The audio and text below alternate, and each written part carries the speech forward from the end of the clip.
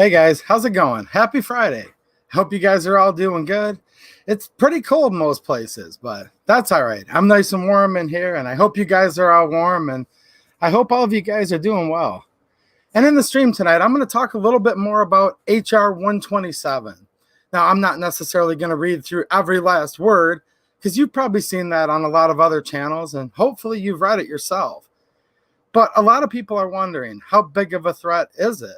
Is it something we need to fight? Should we ignore it? Or is it just a bait and switch? And I have some theories on it that I'd like to talk to you guys about. Also, there's this huge influx of new gun owners, right? What impact are they having on the Second Amendment? Is this a good thing that we have new gun owners?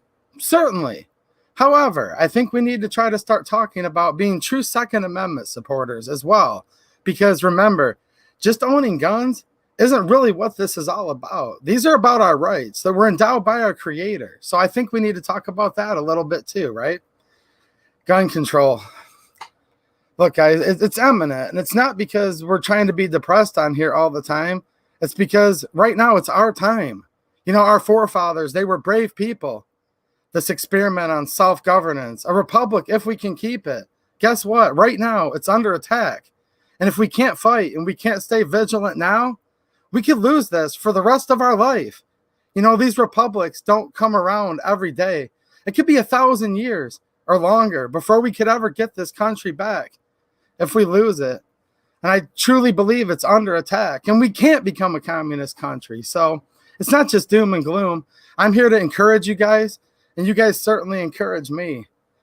Now, also the ammo shortage, it's raging on, and I was here hanging out with you guys in the chat before we started, and it's getting worse. It's getting pretty bad, but we'll talk about that too. And if you guys like this stream, go ahead and give it a thumbs up.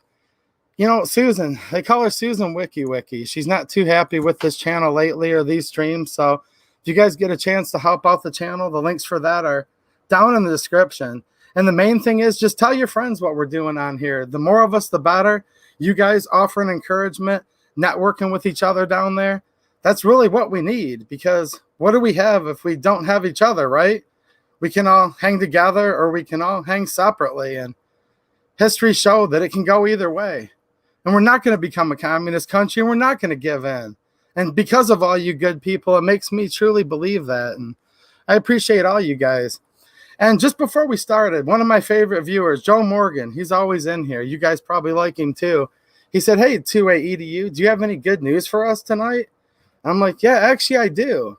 The fact that I'm here hanging out with you guys and that we're here another Friday, because who knows how much longer we'll be on here. But every Friday, this is my favorite thing that I do. And hey, we're here again. We're all alive. We're all hanging out. We're going to have some fun tonight. So that's my good news for you guys. And some bad news that we need to stay vigilant on too. But I appreciate all you guys.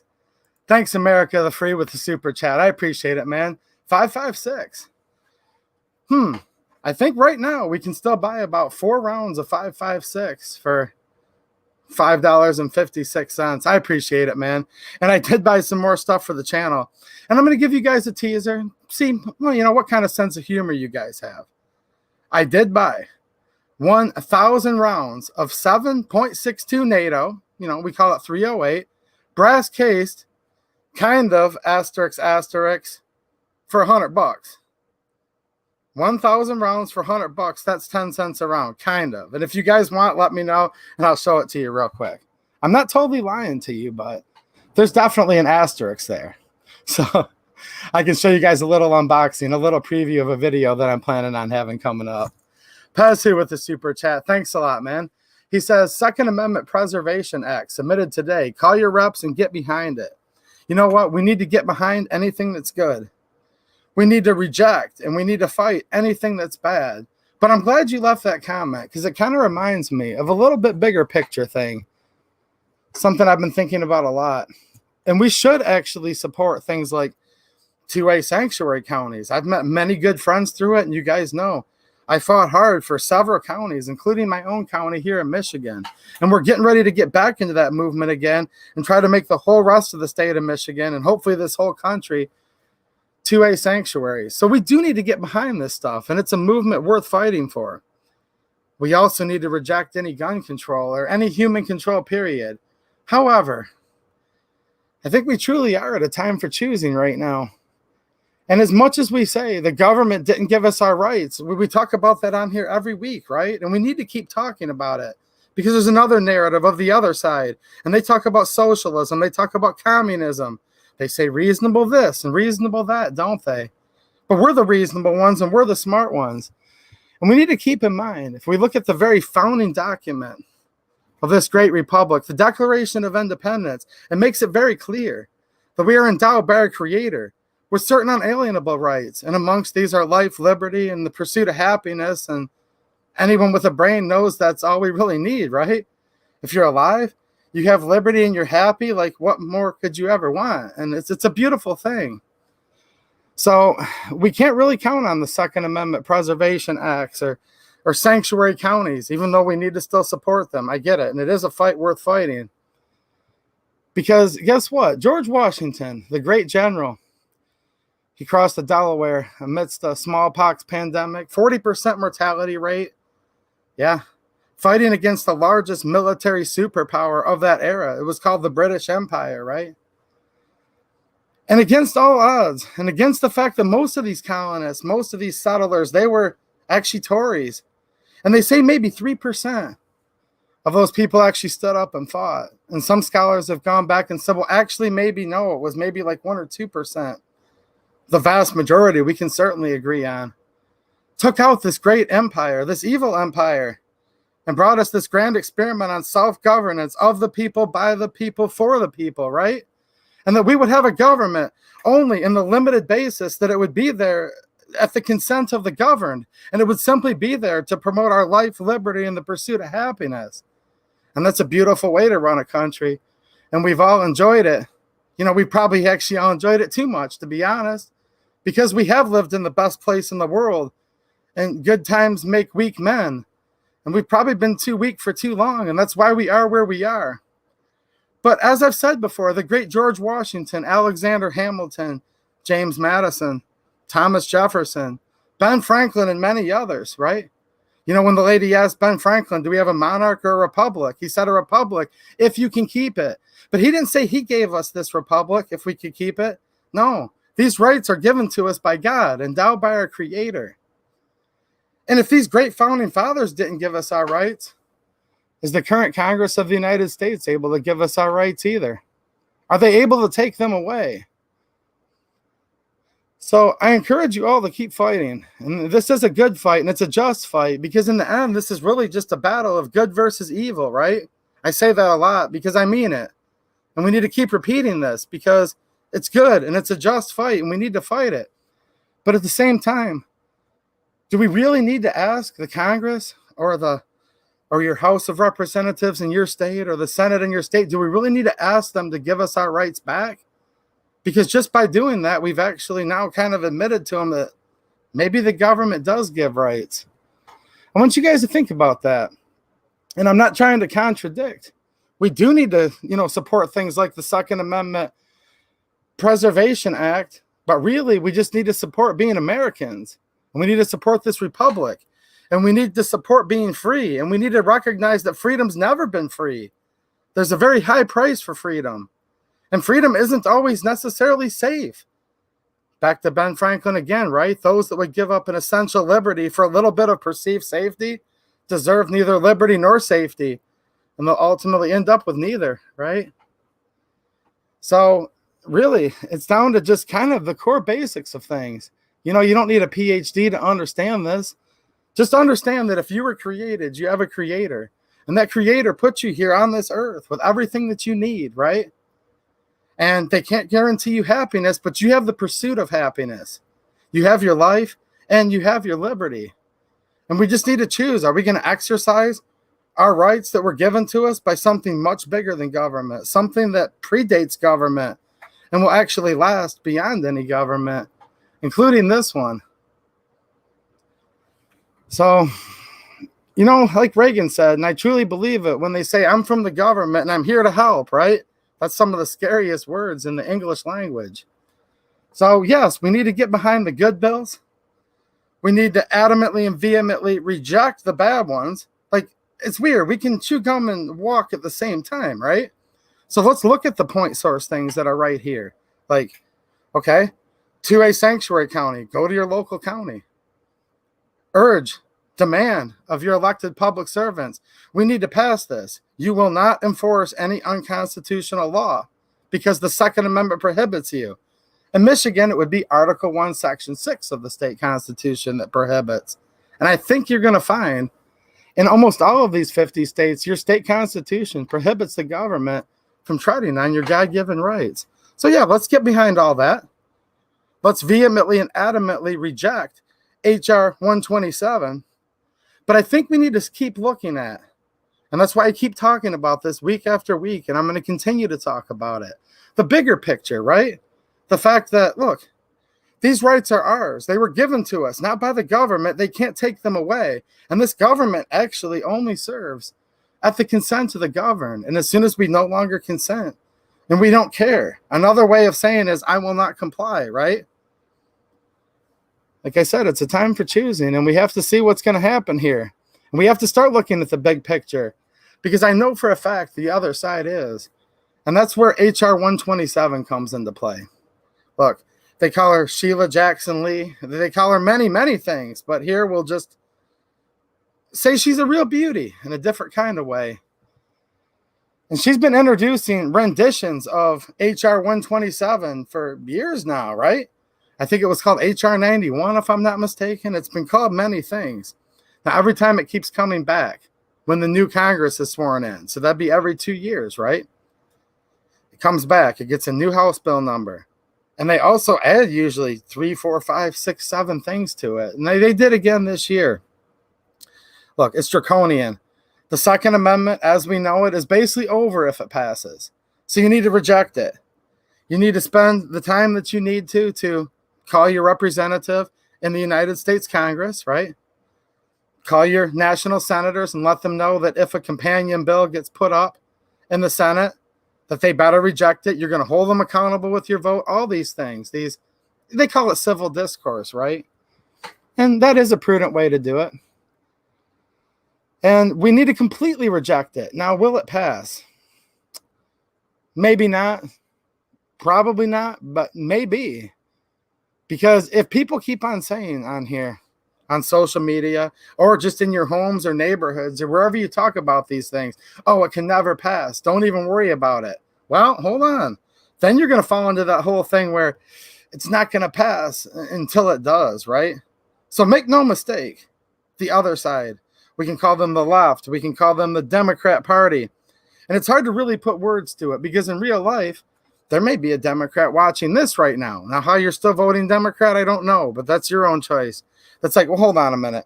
I'm a Democrat, but look, the Democrats in Washington, these people, this beauty, Sheila Jackson Lee, they call her, as well as many weird things, but we'll be friendly tonight. Look, they really do want to pass this. That's no joke. Like, they would pass it. The former vice president of the United States would sign it in a heartbeat. So don't think for 1 minute these people are joking, okay? Just trust me on this. They're not joking. They really want it to pass. They will vote on it, okay? And the former vice president would sign it. That's all true. However, it's just so far, it's so draconian. It could be a little bit of a bait and switch too. I get it. Like H.R. 127 is so bad. It's just so draconian. It's so crazy. So they get all of us to stampede them with emails, phone calls, all the things that we do demanding of them.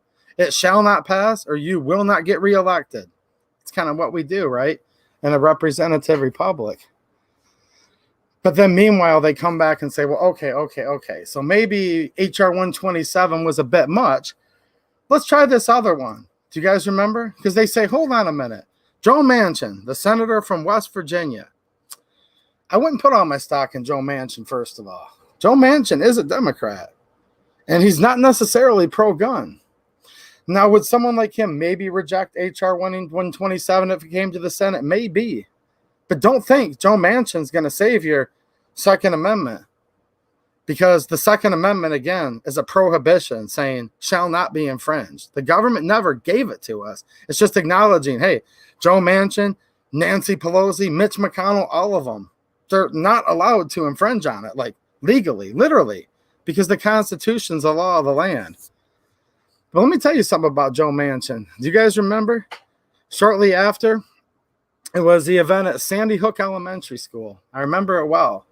They came up with the bipartisan Manchin-Toomey bill. Now, this was the Republican, many people say Rhino, right? Senator Toomey from Pennsylvania. And then the Democrat, Senator Joe Manchin of West Virginia. And it was for the universal background checks, which for those that actually work at all, they have to have a registration, right? And then the registration ultimately always, like literally every country that's done it, it always leads to confiscation. So if we're expecting a guy like Joe Manchin that's had his name on it, look it up, guys. It's called the Manchin-Toomey bill, right? Joe Manchin, Pat Toomey, bipartisan so-called. Look, when we say bipartisan, this is two sides to the same coin, right? Like this coin's like heads, right? Has JFK on it. This one has our famous eagle clutching the arrows, right? But like their coin literally just has like heads on both sides. So it's bipartisan. Even people like what they're downing as the great Joe Manchin that's going to save our Second Amendment. He's put his name right at the top of gun control bills in the past. He's voted for countless other gun control bills. Do many of you guys remember that? So HR 127, yeah. Here's my answer on it. Take it seriously enough where you make it known. Tell all your friends. You know, GOA has a thing on their website where you can go in there with very minimal effort. You don't have to know what you're doing. Just go in there and click on the form letter. It's better than nothing. Maybe take just a couple minutes and type one sentence. You know, dear Representative Tim Walberg, my United States Congressman, if you vote for HR 127, I will be sure to support whoever is willing to primary you in the next elections because he's a Republican, and I urge that you do not vote on it. Like literally that simple. It gets the point across, right? Now with him, I don't know that I need to threaten to primary him. He's done pretty well on the Second Amendment. Not everything, but he usually votes good when it comes to the 2A. You guys all have to have the temperature on your rep. No, is your rep vulnerable? Do they have someone wanting to primary them? Look, even if they're a Democrat, you still have to write the letter. Because every once in a while, a Democrat will, just to get reelected, kind of go with the flow, right? Mob rule. That's what the left use all the time, and it's become quite effective. And I think we need to get a lot better at that too. Look, we are a representative republic. We're not a democracy. However, when it comes to these people getting reelected, mob rule actually works quite well. When their phones get flooded, when their inboxes get flooded. Not because they really care what the people want, but they care about getting reelected. So yes, write, call, do everything you can possibly do to oppose HR 127. Do I think there's some bait and switch aspect to it? Yes, I think that's also going on. Because some of you guys are kind of on both sides of this, right? Like, hey, HR 27 is the big deal, and it is. But our other people are saying, hold on a minute, HR 127 is just this ruse to try to get us where our eyes aren't looking at the actual fight, and it's to try to veer us off. And I think you guys are correct too, right? I think it's actually probably both. Yeah, it gets kind of frustrating, doesn't it? But that's why I said right at the beginning of this stream, hey, freedom's not free. Nobody ever said it was going to be easy. I mean, look, we had a pandemic with a 40% mortality rate. A full 10 years before the American Revolution, all the way up until more than 10 years after it, during. See, all of these founding documents were written underneath the worst of possible times. And out of the worst possible times, we saw some of the strongest men this world's ever seen. And yeah, it was good while it lasted. But while we had all these good times, it made a lot of incredibly weak men. Hey, guess what? You're always, robbing from Peter to pay Paul. People sat back for a long time. And yeah, now we do have to do two things at once. We have to constantly watch what they're doing behind the scenes. That's what I'm going to get into in a second. I believe there's tons of stuff as far as gun control going on behind the scenes right now. in the so-called administration of the former vice president of the United States. And HR 127, yeah, it's looming and it's bad. It's both, right? So we've already known this for a while. Obama did it, right? Trump, actually, to be fair, too. You got to call a spade a spade. These people have been known to rule by what we call fiat, either through executive action or just by letting the deep state, the swamp, the three-letter agencies just run rogue and rampant, right? I've talked about this before, but you're going to have to really start learning about some of these Supreme Court cases, guys, so it actually makes sense. So we have these rulemaking, right? So rules. Now, the Constitution specifically says Congress makes law. The legislative branch, they make the laws, period, end of story. However, we've got too many darn laws in this country. And we've had too many laws in this country for so long, right? So they passed a law a number of years ago. Maybe one of you guys can share down in the comments how long it's been. But it basically said, look, these agencies, alphabet soup, bureaucracy, these are bureaucrats, right? There's appointees, and then it goes down the ladder in the chain of command. These are places like the ATF, right? The Department of Justice, the CIA, the EPA, XYZ, LMNOP. And they can actually take laws because our congressmen and senators just simply don't have time to follow laws anymore or to be able to keep track of them all because they pass these. They call them omnibus, where there's like 1,200 pages in a law. Now they get it an hour before they vote on it. Remember Pelosi during Obamacare? Well, you just have to pass the bill before we can read what's in it. That wasn't a joke. So they passed these laws, more laws upon laws, just further and further taking us away from this representative constitutional republic that our country was formed on. And then we have what's called agency interpretation. We have what's called rulemaking and promulgating. And there's a whole process for it. If you remember, they just tried to do it with arm braces, the SIG braces, whatever you want to call them, right? Pistol stabilizing braces. And they come up with a rule. And they say, well, here's the thing. The law may say this in exactly plain English. It could be confusing, or it could be very blunt what the law says. But we're going to now reinterpret it to mean something totally different. You're like, but hold on a minute. Who cares if they pass a little rule like that? Doesn't mean anything. That doesn't have full force and effect of law. Let's go to our other branch, the courts. And there was the Supreme Court case, Perez v. Mortgage Bankers, where they said, no, hold on a minute. Actually, these agency rules, as promulgated, etc., do have full force and effect of law.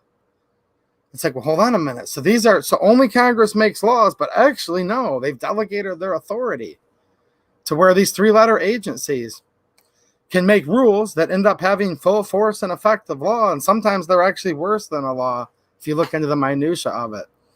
You're like, but hold on a minute. How could they make this rule, but the law says something completely contrary? Which one wins? And you'd like to think to yourself, well, the Constitution's going to always win because it says Congress makes laws. So, of course, if the law specifically outlines what it is, this agency's rulings would be null and void. Unfortunately, that's not true either. So let's look to the Chevron versus Department of Natural Resources case. They call it the Chevron deference. And it actually says if there's any kind of conflict between the law itself, the public enacted statute, right, statutory law, versus the agency interpretation, the agency's interpretation actually wins over the law itself. Now, I'm just giving you guys the real quick version of that.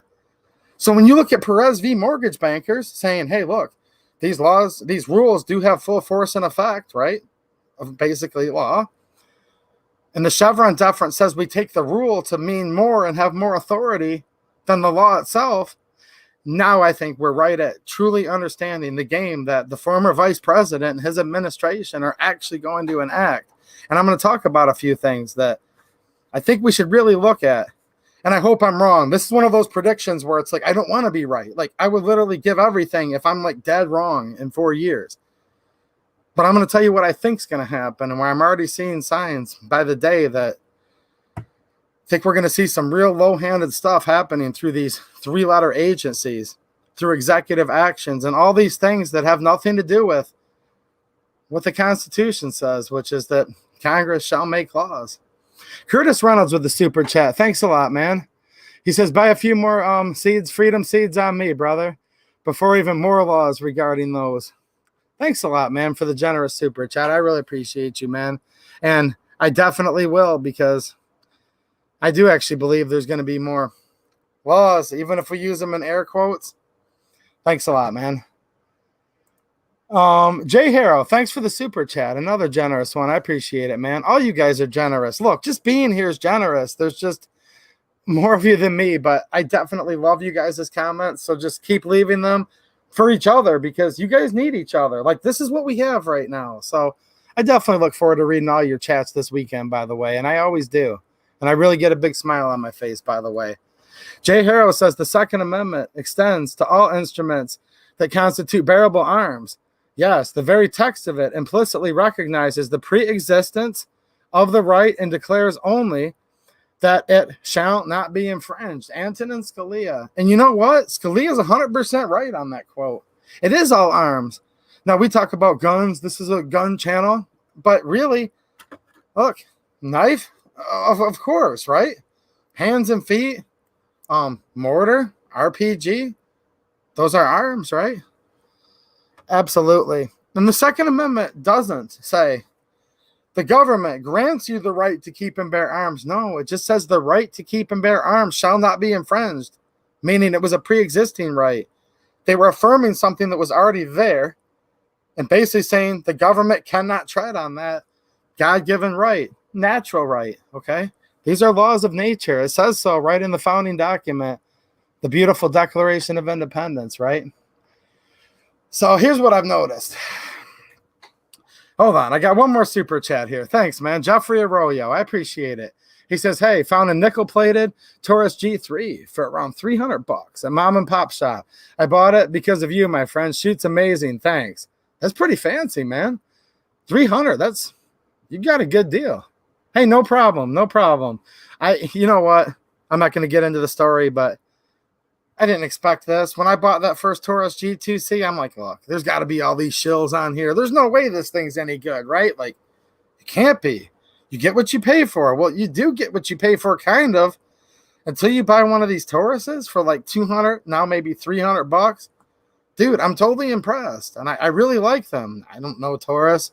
Heck, I've tried to get a hold of them to ask them questions for videos. They don't even respond, but hey, they're firearms. Look, awesome, dude. I'm really glad. And I've helped a lot of people get into guns on this channel by watching my Taurus videos, and they bought their G2C, or maybe today they're buying the G3 or G3C a little more.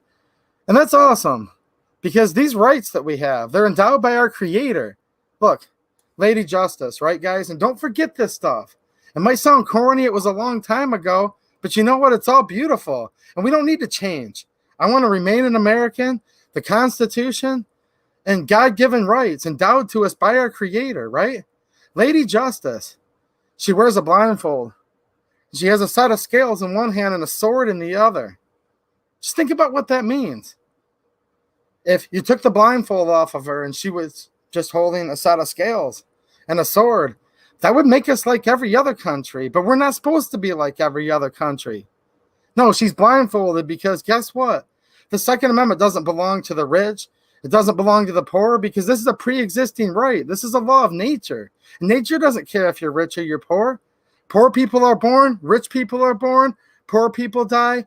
Rich people die. Nature just doesn't care. And that's why it's so important for us to remember and to remind all the new gun owners, look, these are laws of nature. They pre-existed any government. The former vice president can't take it away. Donald Trump can't give it to you. Okay? No one can give it to you or take it away. You already have it. And while we still need to fight all these laws vigilantly, we need to remember and we need to find comfort in that, because it's actually a beautiful thing. And I certainly find a lot of comfort in it, and I hope all you guys do too. So back to these agencies. You know, I talked about a couple of them already. And the former vice president's already, he's nominating people. And if it wasn't for this current charade or whatever it is going on in the Senate right now, there'd even be more of them appointed. When I listen to these people, I'm like, hold on a minute. Am I watching a hearing in Russia? China? No, supposedly the United States of America. And the reason why I can't tell what country we're in is because I'm personally convinced that a lot of these new appointees, they're trying to fundamentally change America. They're trying to make us a communist socialist country. And these people are now going to become top bureaucrats for all these different agencies. Many agencies that you've probably never heard of, and I've certainly never heard of, right? But that's where we are right now in this society, where, again, there's just so many laws. By the way, call your congressman this week and tell them no more omnibus bills. These omnibus bills, literally, they're one of the main downfalls of our whole country.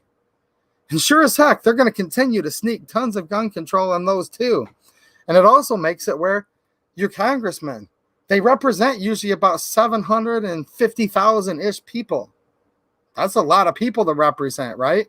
That they're supposed to be serving at the consent of the people they govern. And then they slap these 1,500, 1,800, 2,000-page bills in front of them. They can't read it. So then they pawn it all off and they say, all right, CDC, take a look at it. Well, CDC, what's up with them? Huh?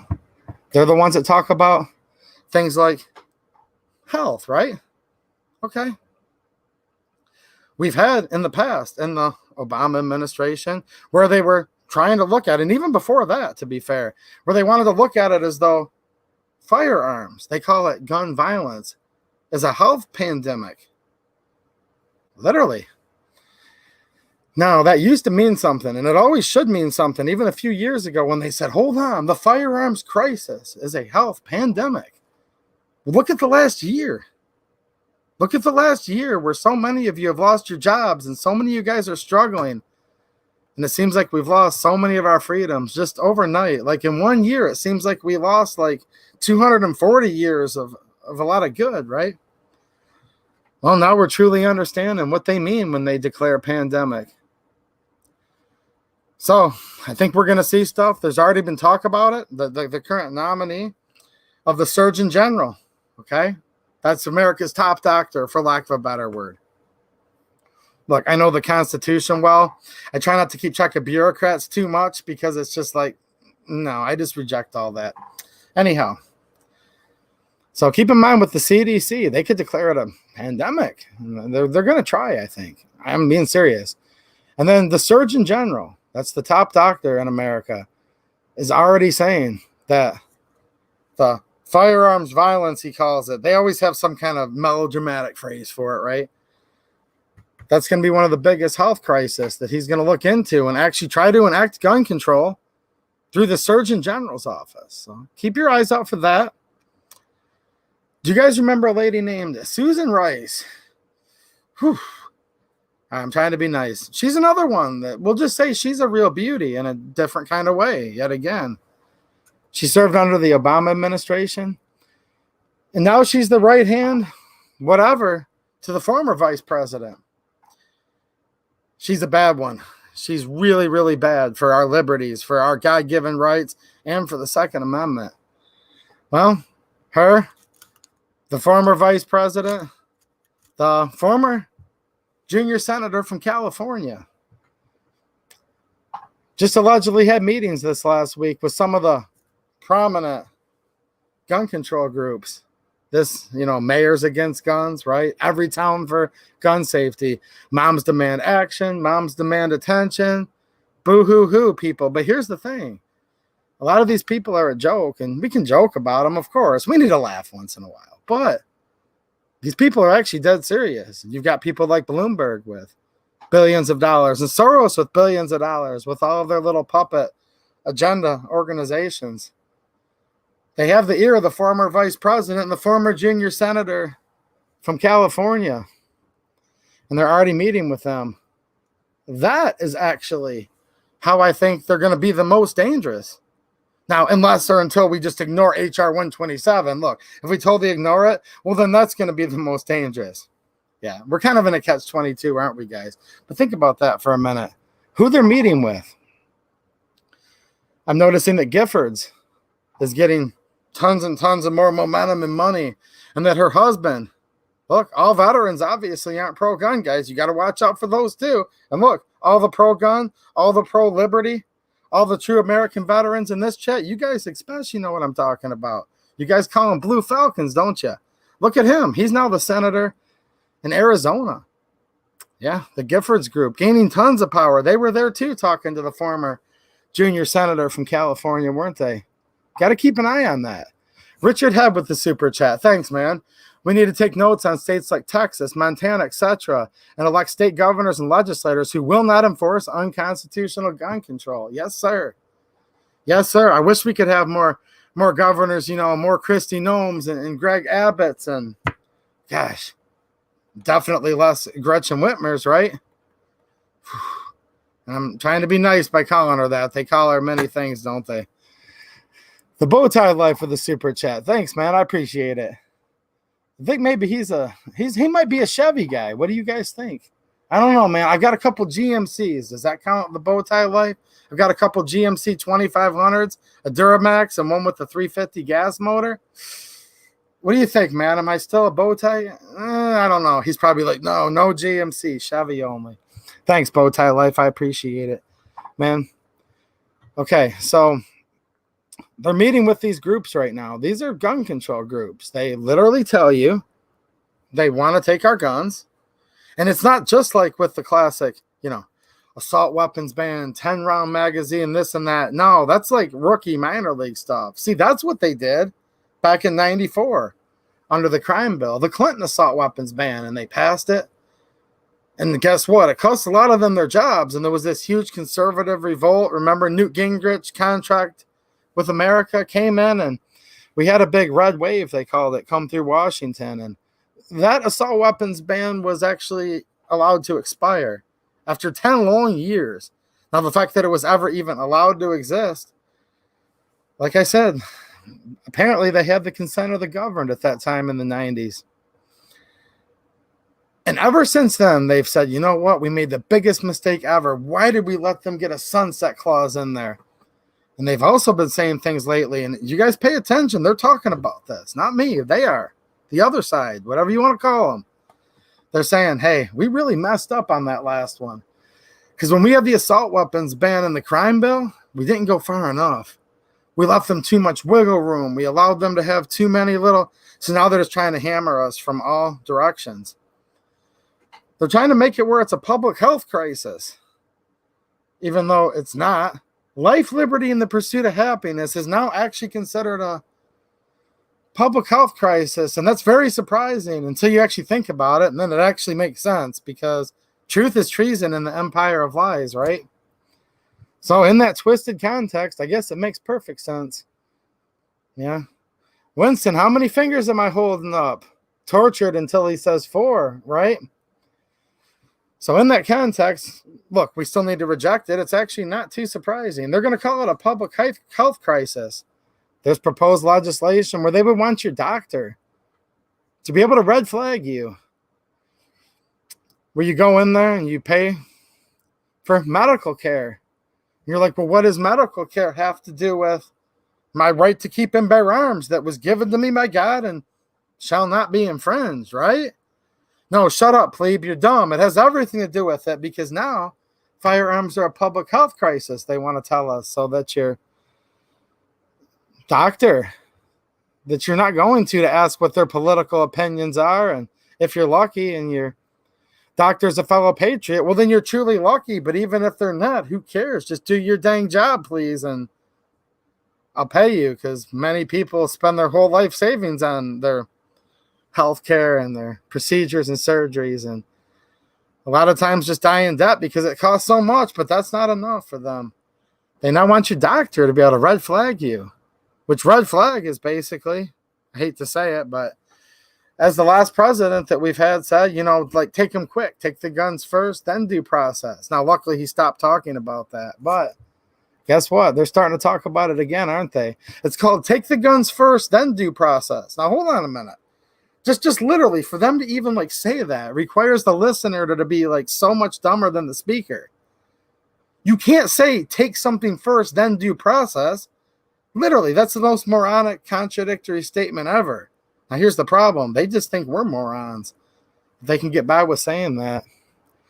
And look, they really do think we're that stupid because, of course, you can't have due process. You can't take somebody's life, liberty, pursuit of happiness. You can't deprive them of their lawfully owned property first and then have a hearing that they're not even part of to find out if they can later come back and prove their innocence. Yeah. That's what red flag laws are. And they're not only anti-gun, but they're literally the worst thing towards this republic. Red flag laws are literally, singularly, the worst possible thing. Like, if they actually get enacted, I would actually argue the country's essentially over at that point. Because if we don't have due process of the law, if Lady Justice takes that blindfold off once and for all, now many would argue she's been peeking through it a long time, and I would agree with you. But to literally think, take the guns first, then due process.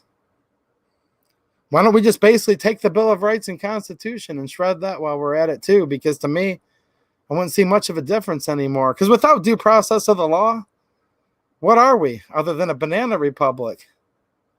And I don't think that's what Franklin was talking about when he was asked, do we have a republic or a monarch? He didn't come back and say a banana republic if we can keep it. He didn't say that, did he? Well, there's renewed talk about those again, aren't there? Yep. And I was kind of reading out of the corner of my eye. You reminded me of that. Thanks, Pezhu, with the super chat, man. He says, I would like to thank Marco Rubio and his new red flag bill for reminding me that Republicans are not on our side either. Look. It's a reminder, isn't it? See, here's the problem. I've talked about this 100 times, and I know it frustrates the heck out of you guys, doesn't it? And it sucks. But like the Democrats, they're always coming after our guns and our liberties and our core fundamentals, aren't they? Yeah. Hold on. Joe Manchin's going to save the Second Amendment in the United States Senate, but I would actually refer people to the Manchin-Toomey bill, where we found that Joe Manchin's actually on his voting record very, very anti-gun. I'm just talking about how he votes. Now, he might be a nice man. He might not be. Some of you from West Virginia. I know I saw at least one West Virginian here in the chat earlier. You know, hey, look, I'm not going to judge his soul. That's not my thing, right? The same person that gave me my rights of life, liberty, and the pursuit of happiness, well, we'll judge him. That's none of my concern. But I'll tell you what, just looking at the record, calling a spade a spade, every Democrat is anti-gun in the whole United States Congress. That would include the lower chamber and our 435 representatives, which the majority are Democrat, and the United States Senate, which is basically a tie, right? Except for you have the tiebreaker goes to the former junior senator from California. But that's not enough to know that every single national Democrat's anti-gun. Then we have people like Little Marco, don't we? Yeah. Little Marco, and trust me, this isn't the first time he's done this. It's not the first time. Look at Marco Rubio. He's been all over red flag laws in the past, all over all kinds of gun control. Now, he might vote down an assault weapons ban and the stuff that really gets him, the votes from his base. But here's the problem. They're not really afraid of their base anymore. They're actually trying to normalize things and make it where it becomes mainstream for a Republican to support red flag laws. And there's lots of rhinos. Do you remember Lindsey Graham? Now he waxes and wanes with the wind. This is a true professional politician. Lindsey Graham, right? You guys probably know him well, or know who he is anyways pretty well. He was really supporting red flag laws. And then he didn't. Will he again? I don't know. Yeah, it's a topic I've talked about for a long time, man, and it is a little frustrating, except for when we realize, though, here's the problem, man. Here's the problem for them, and this is where I offer this encouragement. Here's the thing. Lindsey Graham, Marco Rubio, Schumer, okay? Cory Booker, guess what? They didn't give us our rights. We didn't get our rights from these United States senators. Look, there's going to be a time for choosing where we just have to choose for ourselves, okay? Do we listen to Little Marco and Cory Booker and Feinstein? And I could keep going on and on. Or don't we? I don't know. We should be thinking about that while we're continuing to fight vigilantly, right? The Reptile guys, thanks for the super chat, man. He says it might be a little off topic, but they're also trying to pull the same tactics with climate control as a health crisis. Of course they are. The climate crisis, the this, the that, it's everything. See, they want to bombard you and make you where you're just so weak and frustrated that you just don't care anymore. And yeah, that's definitely their tactic, dude. It's a little off topic, but not really too far. I think it has a lot to do with what you're talking about, actually. It's just bombarding us with all this crap, isn't it, guys? It is. Mitchell Martell, thanks for the super chat, man. He says, pretty sure they wiped their butts with the Bill of Rights during the TP crisis of 2020. It seems like it, doesn't it? I mean, I watch just little things like the right to peaceably assemble, the right to speak. Look, there's a lot of things you can't say on here, and I think you guys know that. Some things I'd like to say, but I choose not to, just out of my own free will, because well, I look forward to hanging out with you guys every Friday, and I certainly need the encouragement from all the great people in the chat, and I'm assuming some of you guys do too, and hopefully you guys are encouraging each other. But heck yeah. Losses of the First Amendment, the Fourth Amendment, the Fifth Amendment, many, many others. The Second Amendment, trying to close down gun shops, saying non-essential. Essential? It's all essential. Of course it's essential. If it wasn't essential, then it wouldn't exist. But it does exist. Hopefully. Hopefully it keeps existing, right? Right, Mitchell Martell? Look, they didn't just say, hey, look, you're going to have these God-given rights, these natural rights forever. They never said that. Look, they said we're endowed by our creators certain unalienable rights, that amongst these are life, liberty, and the pursuit of happiness. And even Ben Franklin himself said, if you can keep it. These founding fathers didn't say, look, we're going to build something that will last 1,000 years. They never said that. Now, there was a Reich in Germany that said that they were going to be the third one, right? That said, we're going to last 1,000 years. Oh, there's been many dictators and tyrants that have said that in the past. In history of not too long ago, it reveals and exposes all of that. But our founding fathers never actually said that, did they? They said, look, we're going to set up a government that acknowledges this. We'll give you the framework, but that's all we're going to do because we're all old men already and we're going to die soon, right? Then it's up to you guys. And it's up to us right now, literally, right? We are the you guys of current times, aren't we? Curtis Reynolds, thanks again, man. I appreciate it. He said, it's not Republicans that aren't on our side. It's not Democrats either. It's the establishment elites that hate us. No, you're right. You're right. I mean, look, some happen to have an R behind their name and some have a D behind their name. But I think what you're saying, Curtis, and I'm not putting words in your mouth, but it kind of goes back to what I'm saying. Now, we might have a fair coin flip. If somebody said, well, hold on a minute. Do I want to go to bed early on a Friday night?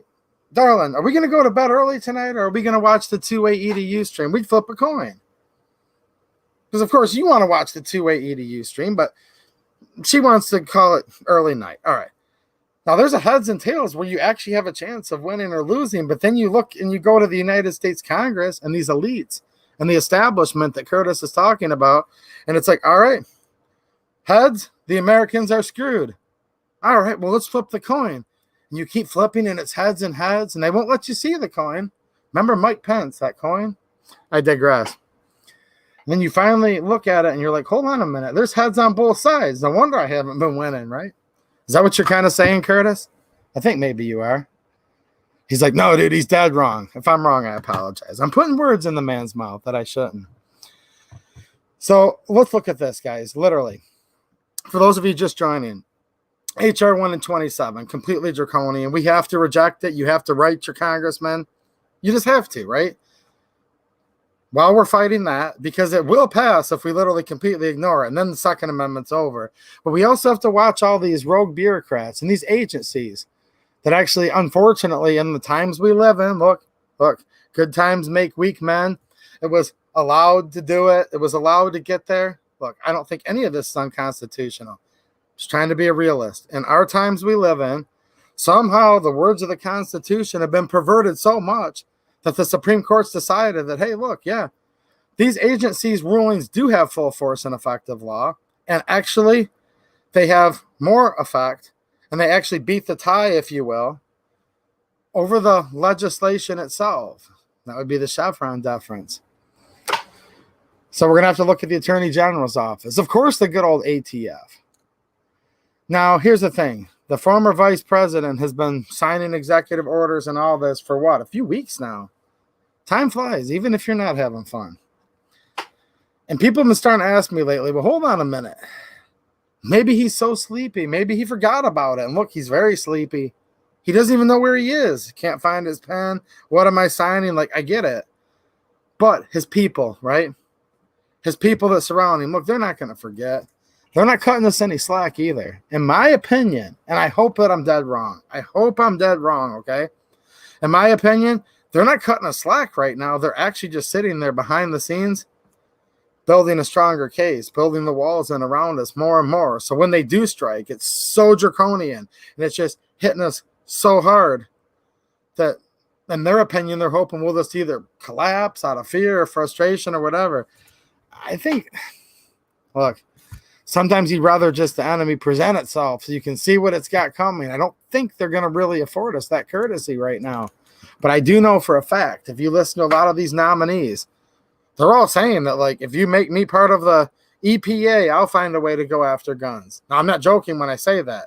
Under the Obama administration, they closed down the last lead smelting plant in the United States. Well, we kind of need lead for our bullets, right? At least most of the bullets that we still use. Yeah. Getting the Surgeon General, America's top doctor, to try to get through and enact whatever policies he can that would govern over maybe your family doctor for gun control. Deprivation of rights under color of law is what it really is. Look that up, by the way. Yep. Don't forget the Attorney General, the ATF, the United States Attorney's offices. They're the ones that actually choose to prosecute. Don't forget about the U.S. attorneys either. Meanwhile, while they're doing all of that, yeah, we've got HR 127. I'm making this up now, but there'll probably be a 128, 129, 130.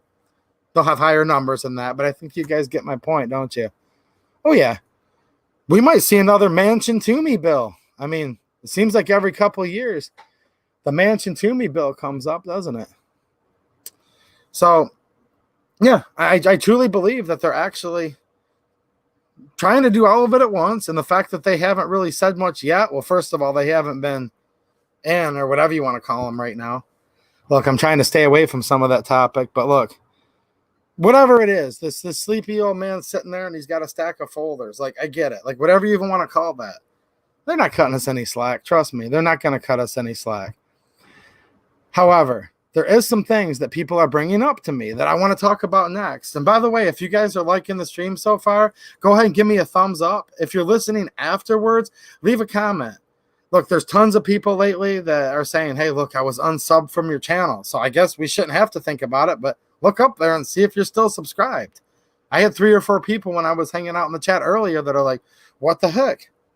Was unsubbed from your channel. So that's a thing that they do now. And they like to bury in the algorithm and do all kinds of things. So you guys can really help out the channel just by hitting the thumbs up button. And I guess just checking to make sure I'm still on your list or whatever, right? I know I've had to do it to a lot of my favorite channels. Go looking around for them, only to find out that they call her Susan Wiki, right? Has gone through and she's decided, hey, we don't want 2AEDU to watch this anymore. So I have to go back and click that subscribe and ring the bell again. It is what it is, right? So let's talk about this. Because, again, we need a little hope, and there is some hope. There are some good things happening right now, aren't there? I'm not joking. There really are. Mainly you guys, that we have each other, but these new gun owners, and that may be some of you I'm talking to right now. And if I'm not talking to you directly, I hope a lot of you guys know new gun owners, right? Like maybe it was your niece, okay? Maybe it was your kids just getting into guns, your neighbor, whoever. Just start thinking about these people. There's so many new gun owners. Everybody must know at least one lately. I think they said there was 4 million new gun owners. Then they said 7 million. The last thing I heard, I think there's like 11 million new gun owners, like, and just like recently. And people have said, well, here's the thing. We need to get really optimistic about these new gun owners. And I am.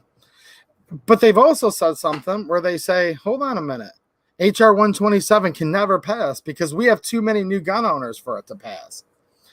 That's where I would caution you guys. Just because someone's a gun owner does not mean they're pro 2A. Now, look, I get it. A lot of times somebody has to own a gun first, and we're going to keep talking about this for the next few minutes. So if you guys think I'm skipping over something, maybe I am, but I might cover it in a minute, okay? So hold on a minute. I get it. They have to shoot their first gun because a lot of people have to get over the initial fear, the anxiety. They have to realize, look, a gun's an inanimate object, right? It's neither inherently evil, nor is it good, and it just comes down to the person that's using it, right? You can use a gun for the most beautiful things ever. Like, that's how our republic, our constitutional republic, where they acknowledged our life, liberty, and the pursuit of happiness, that was actually one out of the barrel of a gun. Now, we've also seen guns used for some of the most evil, horrendous things, and we've seen tens of millions, hundreds of millions of people die under regimes like Lenin, Stalin, Mao, that Reich that was supposed to last 1,000 years, and many others. So yes, them owning a gun, it can be a good start, okay? However, just because we have a bunch of new gun owners, I don't know how that in and of itself is going to defeat HR 127. I really don't. Like that in and of itself. Have you guys actually thought about this just a little bit? Because the former vice president gets on there all the time and has many times over the years. He's actually infamous for it. He says, I've got 2 shotguns, right? I've got 2 shotguns at my home, and I tell Jill, go out back and fire 2 blasts. Oh, yeah, he's a gun owner. So when we say, hey, look, America has 100 million gun owners, the former vice president actually counts as one. And you know that former junior senator from California, that one that posed on that fashion magazine? You remember her? She's a beauty in a different kind of way, by the way. She's a gun owner too, actually. And even Feinstein herself, who said, Mr. and Mrs. America, if I had the votes, she said, if I would have had the votes in the United States Senate, I would have said, Mr. and Mrs. America, turn them all in. Yeah, the senior senator from California. Dianne Feinstein's her name. Whew, talking about lots of beauties tonight. We're going to have a beauty pageant in here tonight, aren't we? She's actually a gun owner too. Did you know that? Look, they're all gun owners. Now, I'm going to get to this in a second. There's lots of encouragement with new gun owners. And if you guys are new gun owners in here, well, you've either already given me a thumbs down or maybe you're a little bit encouraged. And I hope I'm encouraging new gun owners or encouraging you guys to encourage new gun owners, because what we actually need is not just a bunch of new gun owners. I mean, yes, that helps out the firearms industry. Some firearms industry companies are very anti-2A, actually, and you guys know that. But some are very pro-2A, and look. But at the same time, it's not really new gun owners that we need, is it? We need Second Amendment advocates, people who advocate that, hey, look, I have a pre-existing right. Look, I didn't realize that they're thinking of themselves, but it's like a beautiful epiphany we need them all to have. Like, hold on a minute. You mean I had the right to choose how to protect myself all these years and to protect my country? Because really, that's what it's about, is protecting this republic and protecting your country. That's your duty. Now, you also get afforded the privilege of having this free country, that you get to do fun things like collect and shoot skeet and shoot targets and go to competition classes, right? Like, we can do all that. But the only reason we can do all that is because we have this representative republic where we're inherently free, and there's prohibitions that prohibit government from taking our natural rights from us. And I think that if we can get a good majority, a large number, let's just say, for lack of a better word, of these new gun owners, look, they don't have to become constitutional scholars. I'm certainly not a scholar. I can't quote all the words from it, but I understand the fundamentals of it. And really, I'm going to say this one more time. Just remind some of these people, look, we were endowed by our Creator with life, liberty, and the pursuit of happiness, and that's all we need. And then they'll probably tell you, well, what does that have to do with guns? Well, it has everything to do with guns. Because even as Mao said, we don't want to be like Chairman Mao. We can never be a communist country. We don't want that. We need to reject that every single day. Communism, socialism, no, that's evil. Hundreds of millions of innocent people died to prove it, and we don't need hundreds of millions more to die to prove it, because we already know it. And you remind them, look, the Second Amendment is actually there in case they ignore all the rest.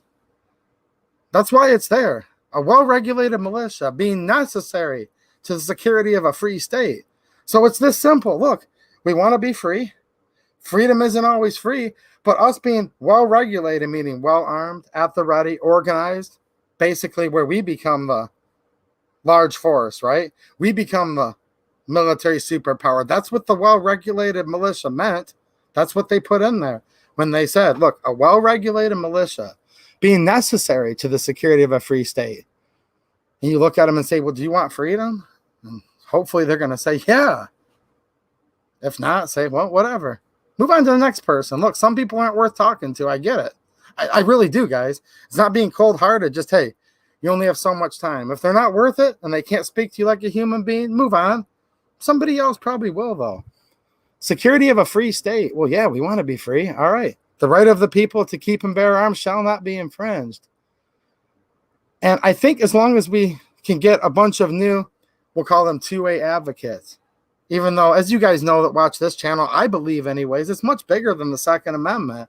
It's just about the fact that, look, we're this grand experiment on self-governance where we're only going to have a government just enough because men are not angels, as they said in the Federalist Papers. So we need a small government. But at the same time, the government didn't give us any rights. They didn't give us any power. And if we no longer consent to them, it actually says in the Declaration of Independence to abolish, right? So, yeah, have you guys thought about this whole topic? Because I've actually given it quite a bit of thought.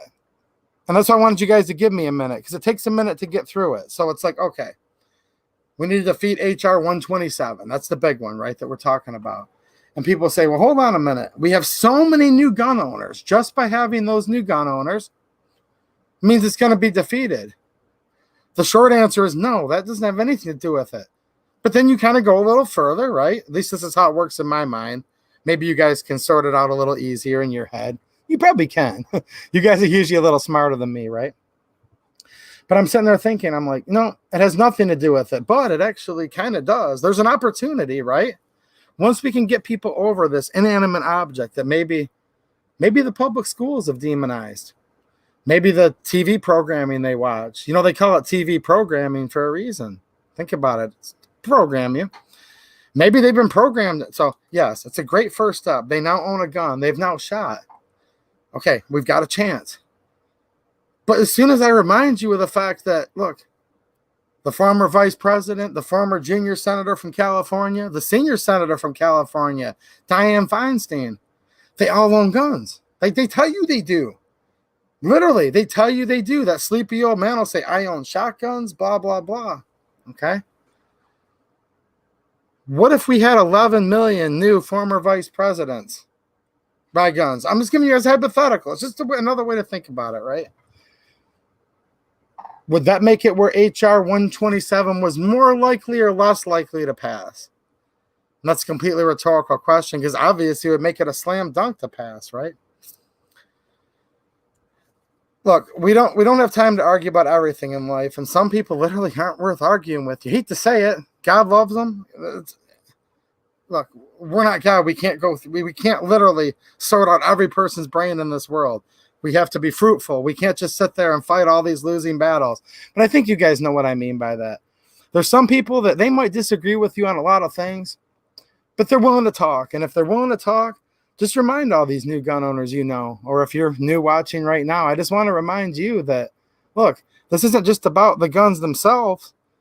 I mean, it has everything to do with the guns, but at the same time, it doesn't either. This has to do with being patriots, right? Just wanting to pursue your life, liberty, and the pursuit of happiness, and just people leaving you that alone so you can just enjoy your life. And yes, it's very beneficial to own a gun to protect your family with. We should cherish that. And it's a fun hobby. It's awesome. It's like the biggest stress relief ever.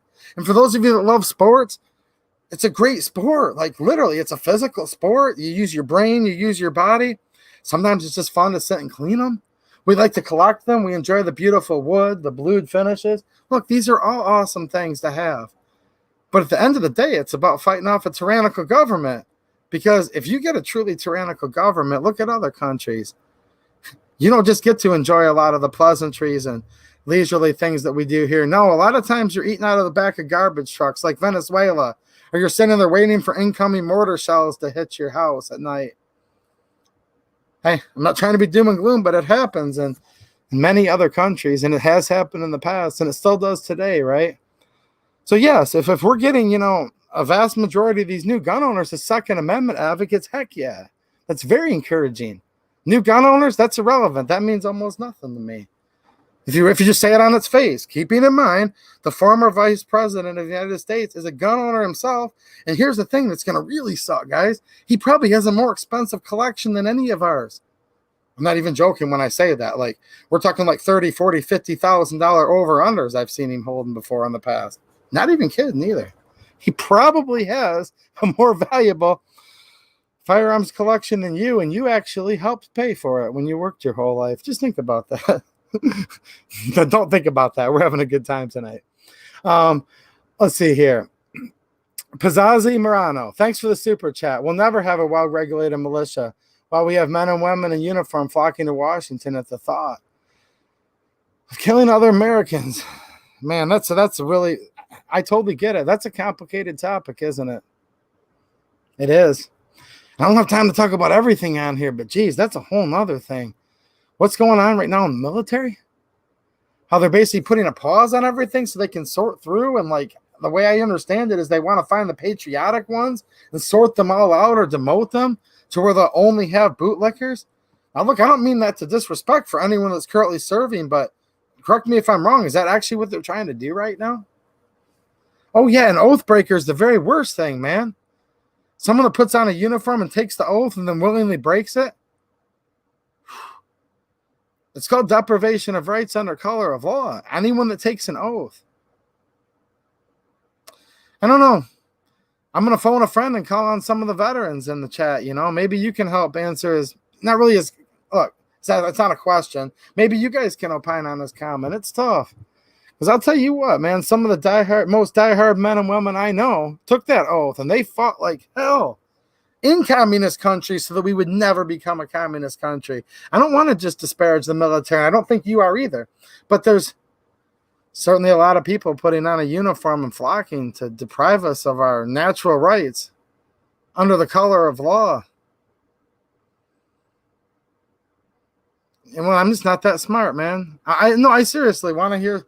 I want to hear some of the people that have taken oaths, whether you're a police officer, whether you're an elected public servant. Maybe there's people in here that are county commissioners or representatives or police officers or armed services, present or past.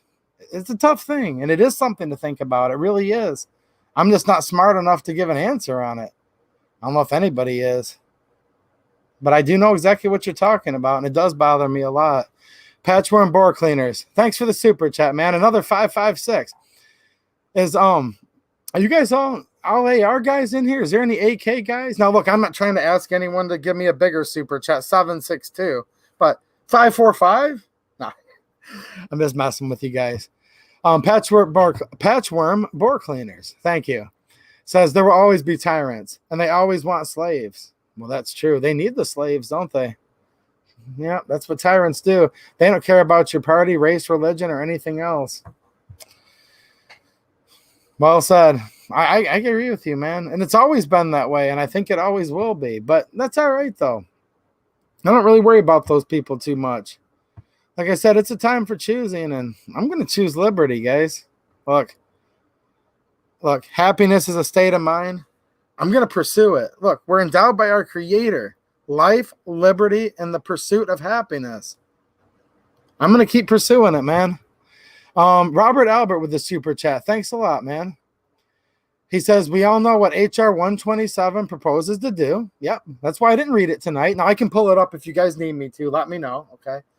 I just don't want to bore you. We know. Okay, I agree with Robert. We know what it proposes to do, but the real question is, why? What is its purpose? Well, I think I covered that a little bit earlier.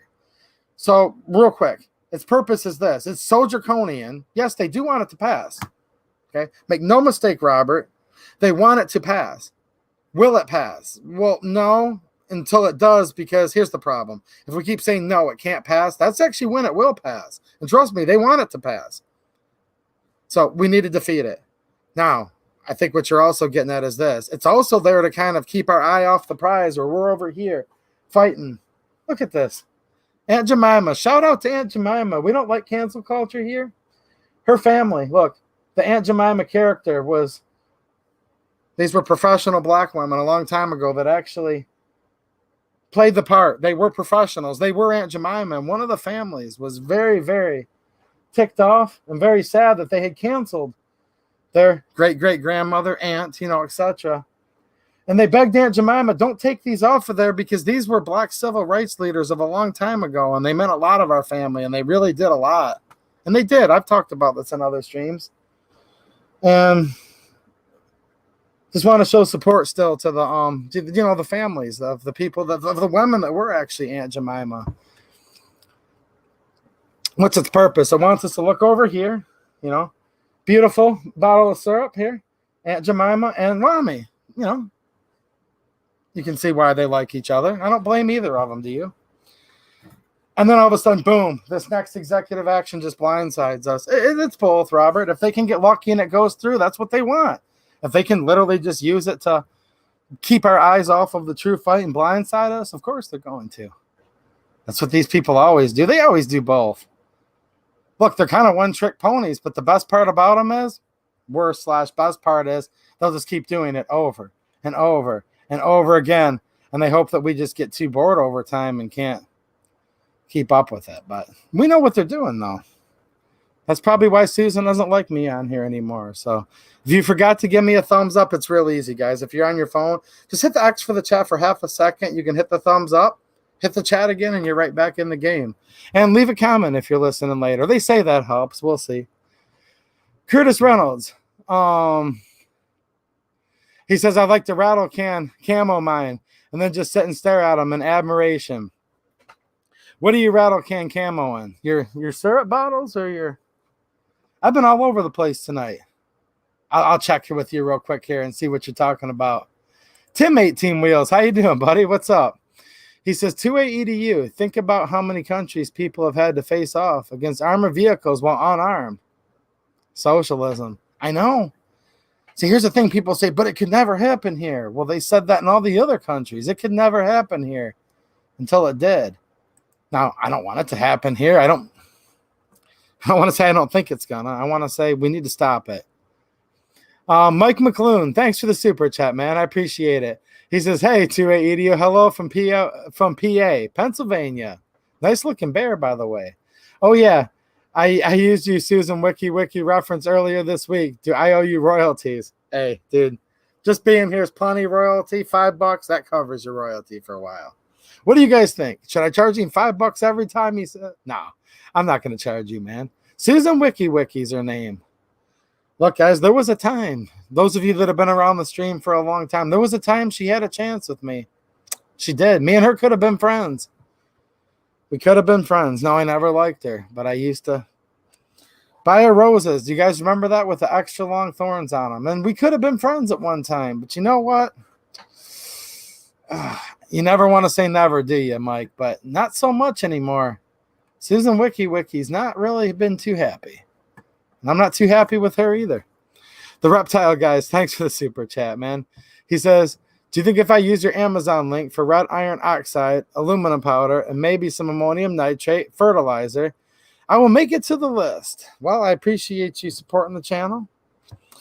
You know what it sounds like? It sounds like he's farming. I know, obviously the ammonium nitrate is just basic generic crop fertilizer. I do know from my landscaping experience, hydrangeas, you add like some metal to the ground. Sometimes people just put a rusty can, okay? Red iron oxide. So I'm assuming you're going to, the red iron oxide's probably to make your hydrangea flowers bloom blue. You guys know what I'm talking about? You can make them bloom blue by adding metals. So, yeah. Looks like you're getting ready for the spring, aren't you, Reptile guys? Trying to get his hydrangeas to bloom that nice, pretty blue color. He's growing some crops. Heck yeah.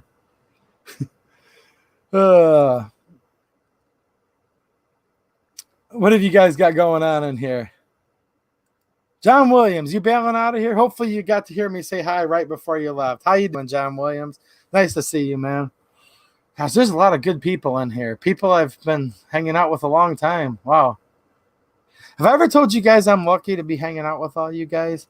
Look, there's way more of you than me, but seriously, you guys have the best chats. EV3 Dale, what's happening, man? Any AK is far better than no rifle at all. Dude, I think AKs are both the best rifle, period. Can I say that? Uh-oh.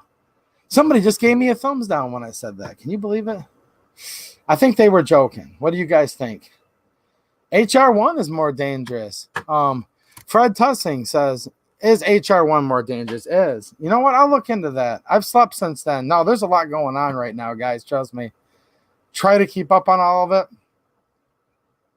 I don't know that it's a specific gun control law. I'm trying to remember HR1. I'll look into it, man. See, they change. That's the problem. Every 2 years, they all get new bill assignments. You guys know how this works. It's never over. What's happening, Rick Nieper? How you doing, man? I just saw you on there. What's up, man? How you doing? Up north, what's happening? We got Blue Girl and NC. What's up? Chuck R says, always good times here.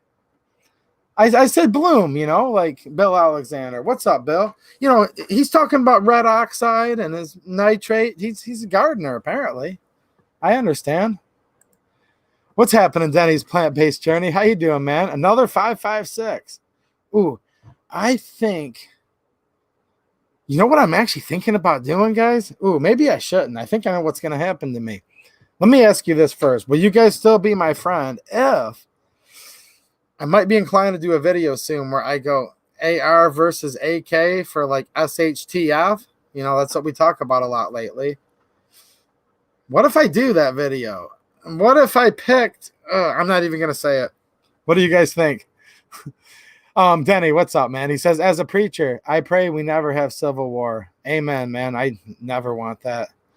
Yeah, we must defend our family or we are lost. Preaching will be canceled. 2A is real for church work too. I totally agree, man, because the First Amendment, right? That protects our speech and our religion. And if you're preaching, you're exercising two essential parts of your God-given natural rights that are affirmed by the First Amendment, right? Because that's what all these do. None of these say you have the right to this. No. Congress shall make no law abridging, shall not be infringed, right? It says that they can't quarter troops in your home. It says that rights that aren't specifically enumerated, right, in the Constitution to the federal government belong to the states and respectively to the people. See, these are all restrictions on government. So it goes right back to what I've been saying, Denny. The Second Amendment's there in case they want to ignore all the rest, and that would be the multiple different prongs, equally valuable, you know. Look, how can you have religion which is endowed by your creator, prohibited by government? And look, guys, this is all religions. We're not talking about one. That's the First Amendment. That's what it is to be an American. But look, how can you worship your creator if you can't speak, right, Denny? That's the First Amendment. And I believe the Second Amendment's there to protect the First and all the rest, right?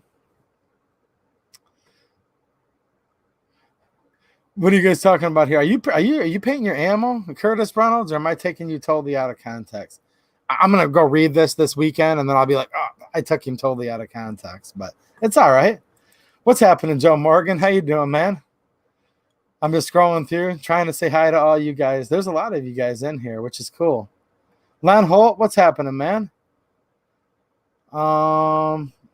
Yeah. There's all kinds of stuff going on. Lambo said, just subscribe. You're super welcome. Thanks, man. If you could refer to the pinned chat up top, I know you're new here. Maverick Man, what's happening? He says, AK for the win. What's up, man? Oh, some people are saying do it. Here's the thing, though, guys. All you AR guys, before you say it, you might be surprised. Now, you guys have known me long enough. Which one is he going to pick? You know what? Actually, RJ, I do like them both. You guys probably know that, too. I like them both. But if I have to pick one, there is one that I'm going to go to. I've got one hanging right there. Right, Susan Wiki? It's hanging right there. Oh, boy. Disturbed 2K7, thanks for the super chat. Says, got 2 builds, waiting for a rail and 2 charging handles. Also, the people complaining, I bought a few boxes a month for 5 years, are annoying calling me a hoarder. Look, I've always had the same belief on that, and that's just kind of how I am. Look, I'm not going to call you a hoarder. Look, there's people that are going to tell you right now, look, you're a hoarder because you bought ammo for years. Look, I guess they'll have to call me one. I've been buying ammo for a couple decades. But that's because I've always enjoyed shooting and I've never trusted my government. So I knew something like this would happen. It's happened more times than I'd like to count in my life, but this is the worst one. Now, if someone's new to guns, some people will admonish them. So here's the deal, man. Look, they're going to call you a hoarder.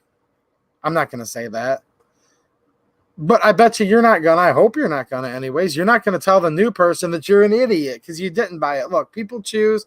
People are different ages. They choose when to exercise their rights and when not to. And I don't think that's for any of us to choose. That's a personal choice. So if you chose to be prepared and bought a lot of stuff for years, that's fine. It's also fine if somebody just got into guns last week and they're paying $1 a round for 9mm. That's the best they can do. Like, that's actually totally fine too. I'm fine with either or. Kind of sucks to be all of us though, doesn't it? The Reptile guys, thanks again, man. You should tell people if they save your Amazon link to their homepage, every time they buy something from Amazon, you make a few pennies off of it. I'm gonna have to put you on the payroll. My new marketing PR guy, the Reptile guys. Thanks a lot, dude. No, seriously, if you guys bookmark, there's a link down in there in the description. And if you're just doing your normal shopping, look, it's gonna send you to where it'll say 2A EDU's Amazon store. Look, here's the important part. You just click on the link. It gets you to the site, add the stuff to your cart, and I think as long as you check out within a couple days of clicking the link, it does credit the channel a few pennies, and it does help out. Because like I said, Susan's not too happy on here. Now you guys are probably going to want me to show you what I got for the channel, but at the same time, look, I'm going to say it one more time. And you guys know I like to have fun. Gosh, I had fun doing this in another video. Oh, man, did some people get pissed? But whatever. Some people don't have a sense of humor. 7.62 NATO. Basically 308. Brass cased. 1,000 rounds for $100. Do you guys think I'm joking?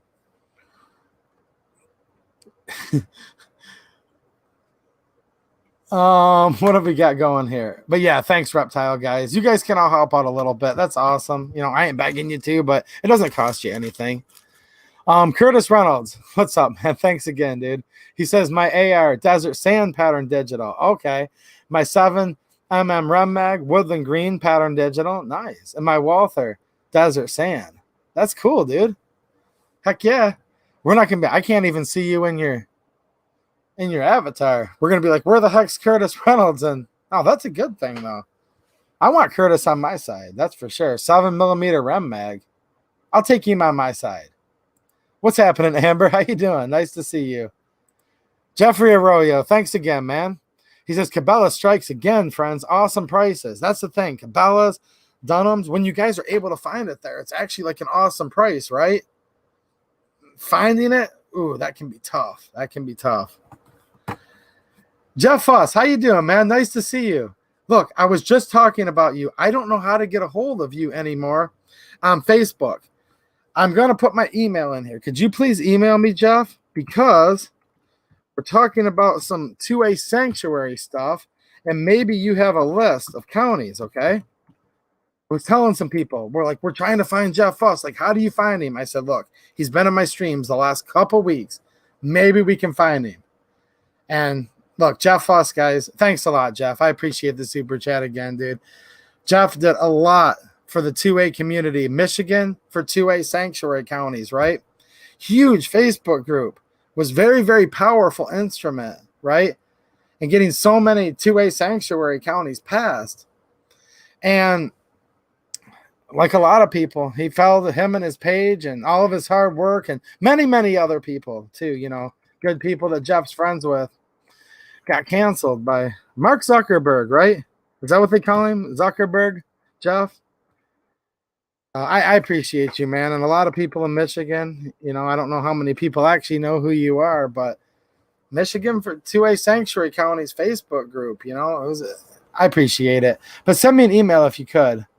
I'm going to put that right in here. Hopefully it sends it. We're trying to get a list together. We're like, man, where's all the, it's hard to find that now that Facebook group got taken down. Met a lot of good people on there.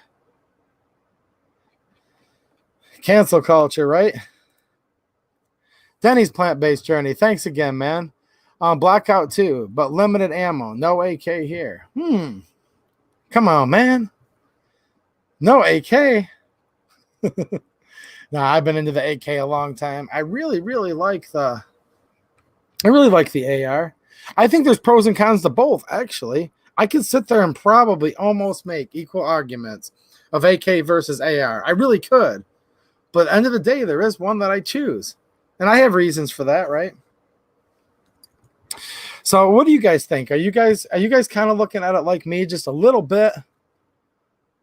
Because I do take a lot of you guys' advice and lots of encouragement too from you guys. Do you guys kind of think it's like, yeah, they want HR 127 to pass, and if it does pass, of course they want it. So we have to stop it. We can't go totally to sleep. But do you also feel it's a little bit of a ruse where they're putting it out there?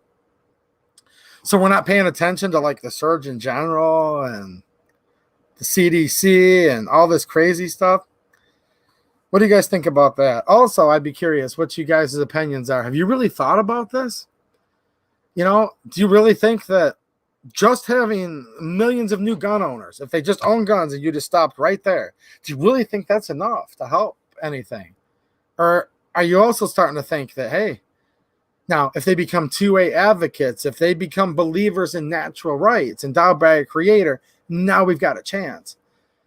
And I just want to know, like, do we have a chance? Like, is this worth talking about anymore? Or should I just kind of like move to the Balkans, right? Like maybe I'll go to Bosnia or something to find some true pursuit of happiness. I don't know.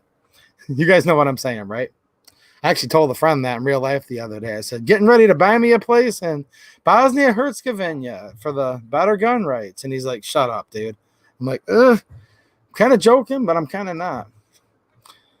Are you guys thinking about that? And if you are you guys kind of like, maybe you're taking out that new gun order to shoot and you're undemonizing this inanimate object, okay? But then are you maybe, and look, you have to know your people. These are your friends. These are your family, people you go to church with, right, Denny? You know, stuff like that.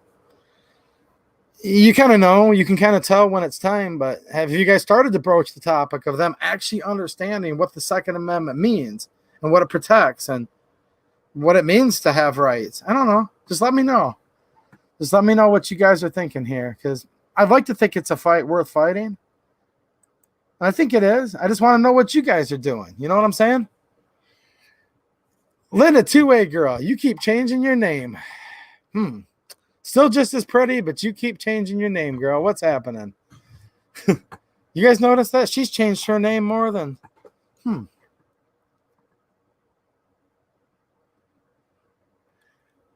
Let's see here. Where are we looking at? John Crump. How you doing, man? What's happening?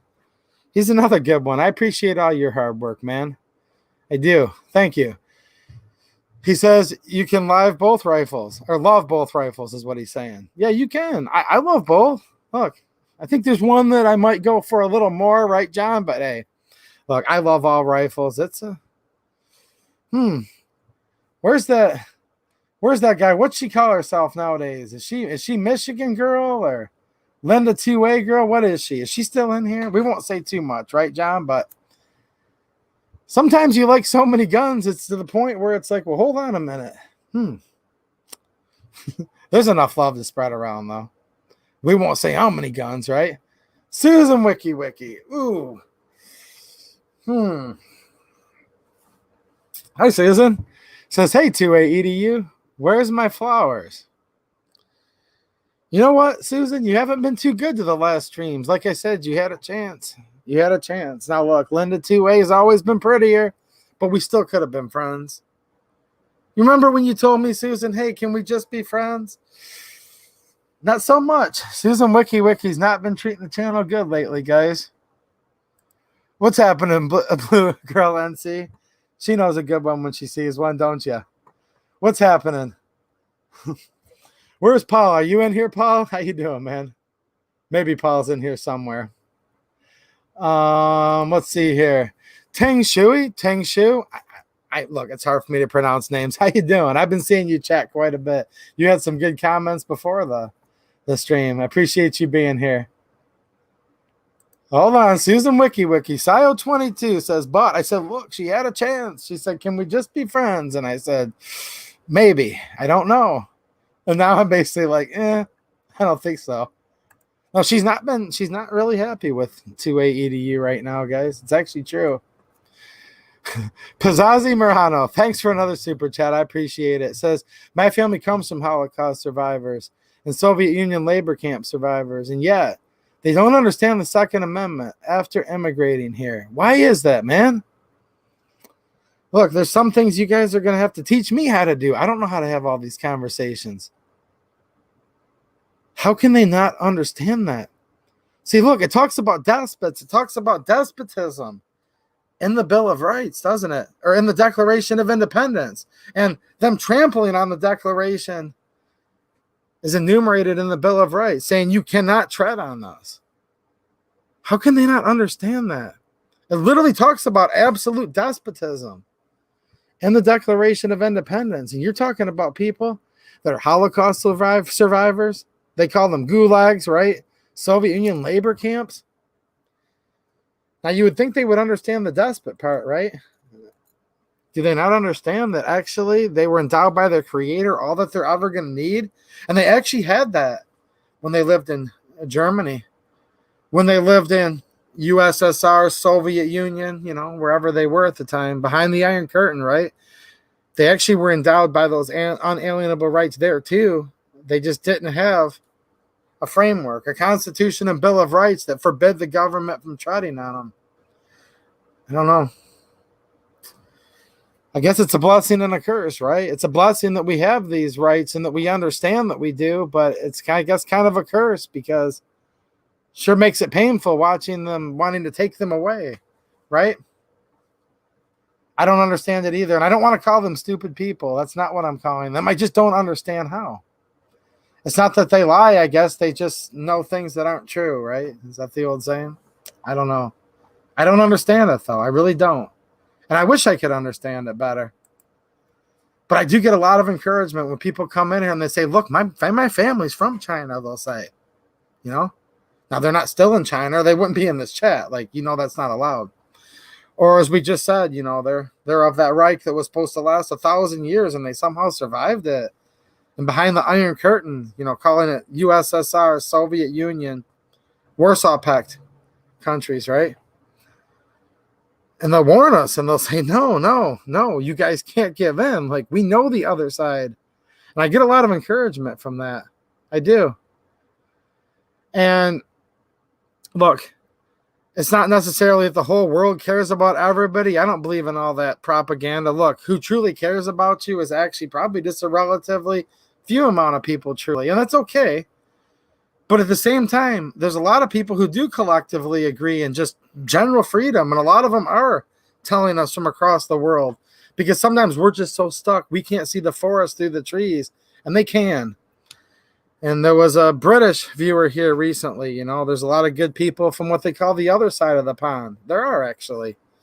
And they say, hey, look, we'd love to have, you know, a boogaloo or an uprising or whatever you guys call it. They call things many names. They're like, however, we can't.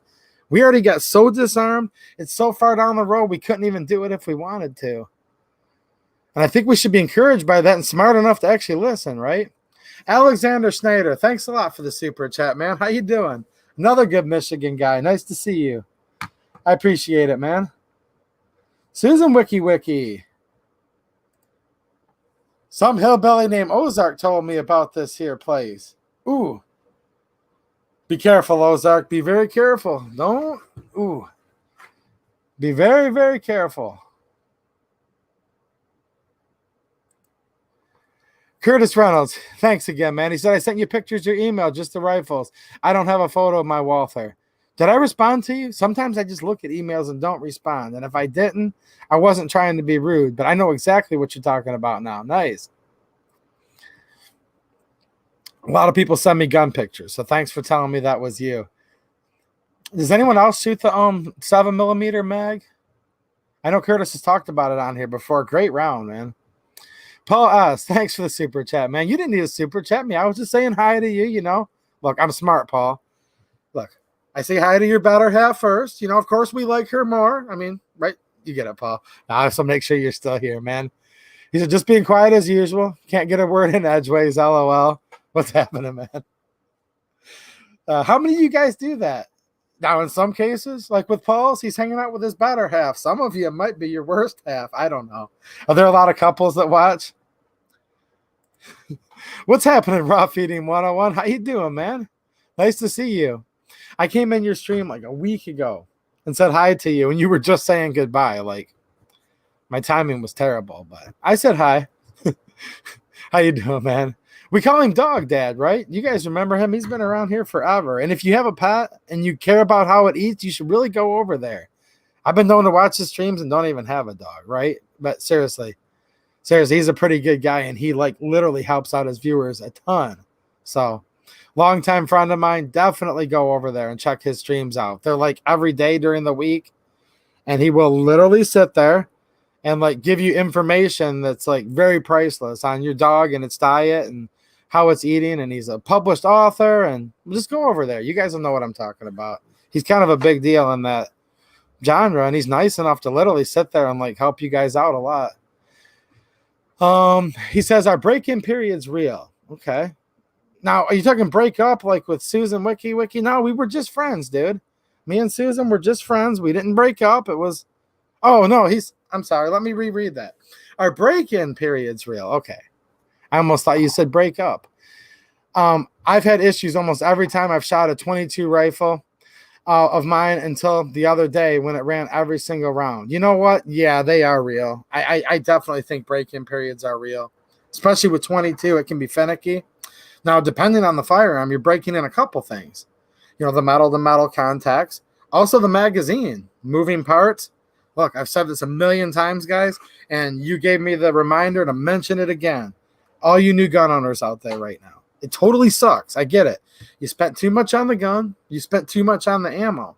Okay? But there's a reason you bought it, right? Hopefully it's because you're a Second Amendment advocate.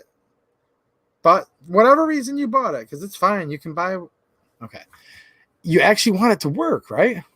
You actually want it to work. You have to put a few rounds through your new gun if you're going to protect your life, your country, your family's life, anything that you value. You have to do it. Because some guns, we get totally lucky and they require no break-in at all, and you pull them out of the box, and tons of people on YouTube will say, if a gun won't run perfectly out of the box, I won't own it. And that's fine if they have those principles. And maybe a certain brand of gun always works perfectly fine on everybody's YouTube channel and maybe all your friends around town until it doesn't. And that click, no bang just costed you your life when you needed it the very most. So yeah, many guns do need break-in periods, especially 22s. But I know that's not what you asked me. So the answer to your question is yes, especially with 22s. But I appreciate that comment because it's allowing me just to remind all the newbies out there. You guys have to do it. It sucks.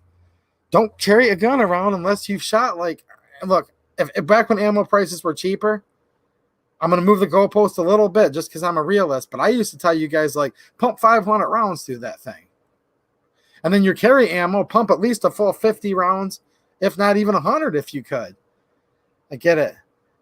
Defensive carry ammo, if it's 9mm, can be $2 a round now. And plinking ammo can be 80 cents to $1 a round. I know you don't have the money. A lot of people don't. Look, bare minimum, you have to put a box of, like, say FMJ through it just to get everything going. And you have to at least run very, very least. Now, look, guys, I'm only saying this because people are in dire straits and a lot of people are poor. And the Second Amendment applies to the poor, I would argue, just as much, equally, almost more than it does to the rich if you really think about it. But equally, you have to at least get a couple mags of that defensive ammo through there. You just have to, right? Because I've seen every brand there is. I mean, so many people love Glock, okay? I've seen Glocks before that actually jammed right out of the box. I've seen it. Not very often. They're great guns. My Tauruses. Like, I did a G3 video where I showed it with Federal HST, right? It's an ammo I like to use. And I told you guys I did. I took it out to the range and shot with it and told you why I like it, right? Speak of the devil, here's some HST right here. I know these people are telling the truth. Why would they lie? I don't think they would.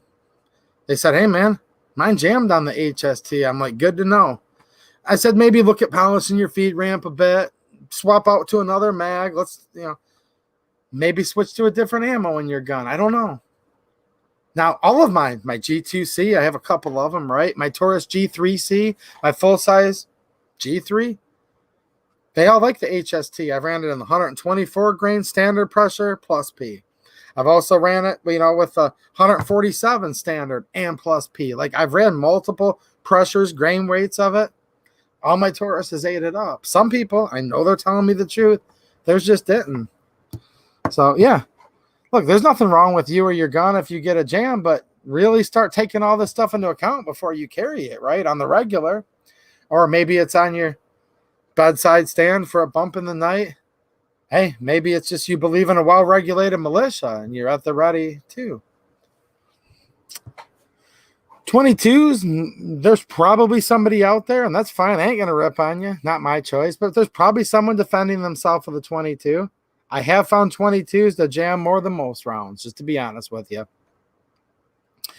It has to do with the way that they prime the cases. They're called rim fire. It has to do with the rim, where many times you get what's called rim lock.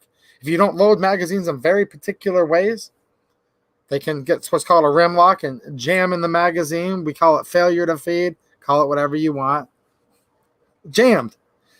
So, yeah, definitely keep an eye out on that 22. Look, I'm not going to recommend you to carry 22. If anyone's out there wondering, no. I don't believe 22 LR is sufficient. That's just me. However, if somebody feels comfortable with that and they're like, well, it's either that or a sharp stick, we'll carry the 22. And then there's going to be some arguments out there like, hold on, I've got that Kel-Tec where it holds 30 rounds. Maybe there's always outliers where you could or whatever, but yeah. Always test those, right, guys? So we're family friendly. I appreciate the super chat. So I'm just going to say the great DB. I appreciate it. It says the former vice president puts M&M's candies in alphabetical order. Jeez. The former vice president puts the M&M's candies in alphabetical order. So he's just giving us a little laugh here.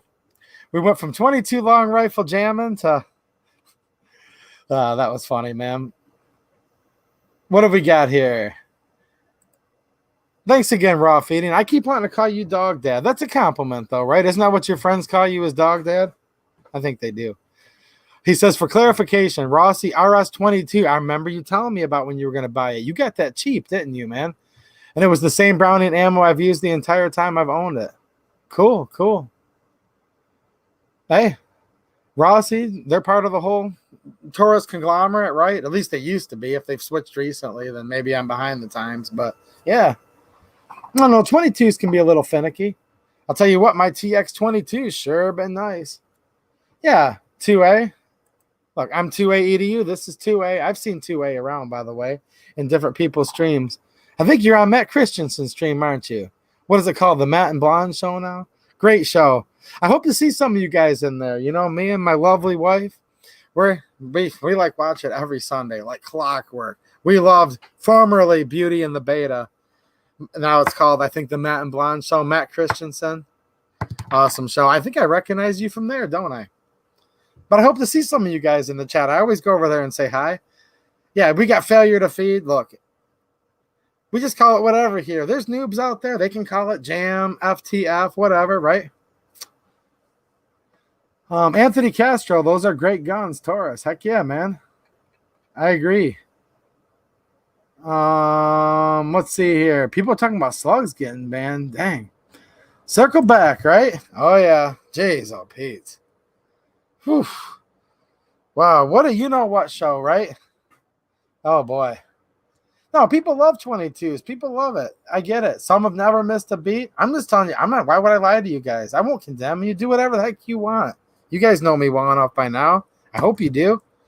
I'm not going to defend myself with a 22, but if you do, hey, do it all you want. I could really care less.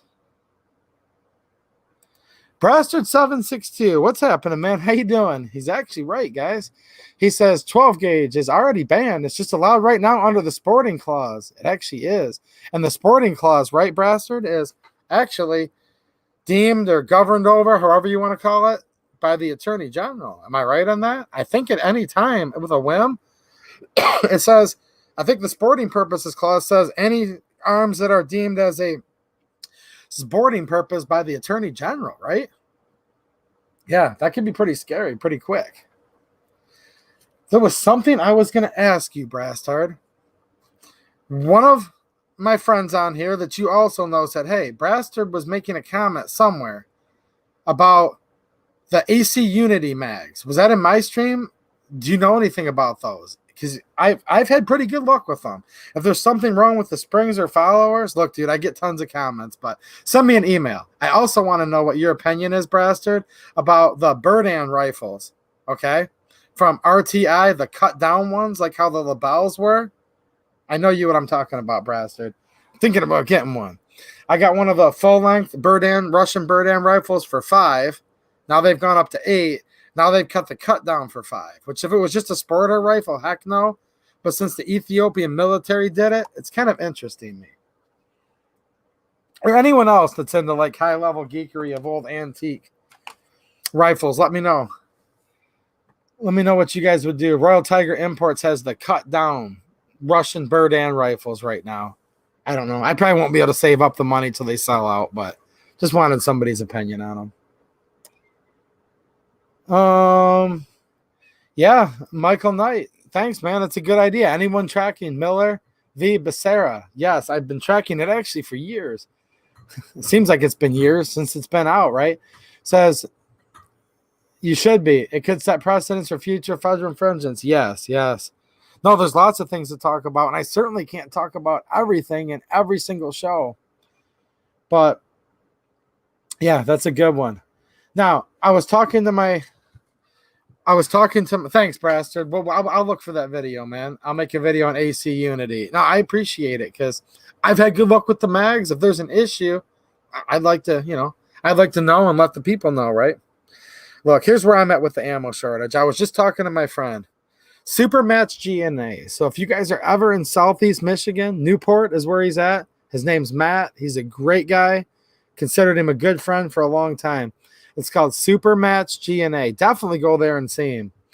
We were talking about ammo, and he's like, man, they're telling me at least 6 months that it's still going to be pretty crazy. I said, well, yeah. Now, I'm guessing all the way through 2021, just to be honest with you guys. I seriously think, now some people say there is no shortage, it's just a high price. Well, I mean, 6 of one, half dozen of the other. Obviously, there's a shortage, or else it wouldn't be going for twice, 4 times, 10 times what it used to in some cases, right? So we're just going to call it the shortage, for lack of a better word. 6 months, maybe on the good end. I think it's going to roll all the way through 2021 and into 2022. If something like HR 127 were to pass, or other proposed legislation that when the former vice president was running for office, right, said that he wanted a 50-cent tax per round, okay, wanted to ban online sales of ammo, and then we already know with executive action, he could just sign away any imported ammo. If he did 1, 2, or 3 of those things, the prices we're looking at it now, we could consider this a great deal, and it could double what it is now and stay there forever. Now, let's hope that doesn't happen. Maybe, if we're lucky, I want to say end of first quarter-ish, first couple months or so of 2022, I could see ammo going down to, get ready for it. You guys have all heard this, right? With this, whatever we've had this last year, we may come up with a new normal ammo prices. The new normal, they call it, right? Because the ammo manufacturers have already said they're raising their prices. And those aren't just like right now. Those are permanent price increases. And plus, it just seems like it. You guys ever notice that? They bump up the price of something for a while, okay? And then it comes back down, but it never quite comes back down to where it should be. Now, we got lucky with what they called the Trump slump. Because everybody said she was going to win. Trump won. And then they said, we never have to worry about the Second Amendment again. Now, maybe they didn't say that, but that's obviously what they thought. Because people stopped buying stuff. They literally did. Right? So, we were actually seeing ammo being sold below cost. Below cost right up until this, whatever it is, Susan Wiki, that I'm not allowed to talk about apparently, or she gets mad that's going around. Yep. But besides that, I don't know. There's a weird scenario for a perfect storm, so I'm never going to say never. Here's where I bet my money. I'm not a betting person, guys, but if I were to bet, I would say if we're lucky a year from now, we might start to get into a new normal of prices. And there's still probably going to be maybe not 400% of what stuff was a year ago, but it'll probably at least be 20, 25, 30% more. And I think that's actually just being optimistic, believe it or not. Now, your local gun shop. Look, here's how it was explained to me. Okay? Seriously, go see Supermatch DNA. They're not paying me to say this. This is my friend. You guys that know me around town know this. Good guy. We need to support our local businesses. So if you're in southeastern Michigan, go say hi to them. Go tell Matt that I said hi. He is my good friend, seriously. But go support all your local mom and pop shops, because here's basically what's going on right now. You've got it where like Dunham's and Cabela's, they get theirs in, and it's like $15 a box for, let's say, cheap 9mm plinking ammo. Do you know why it's that price?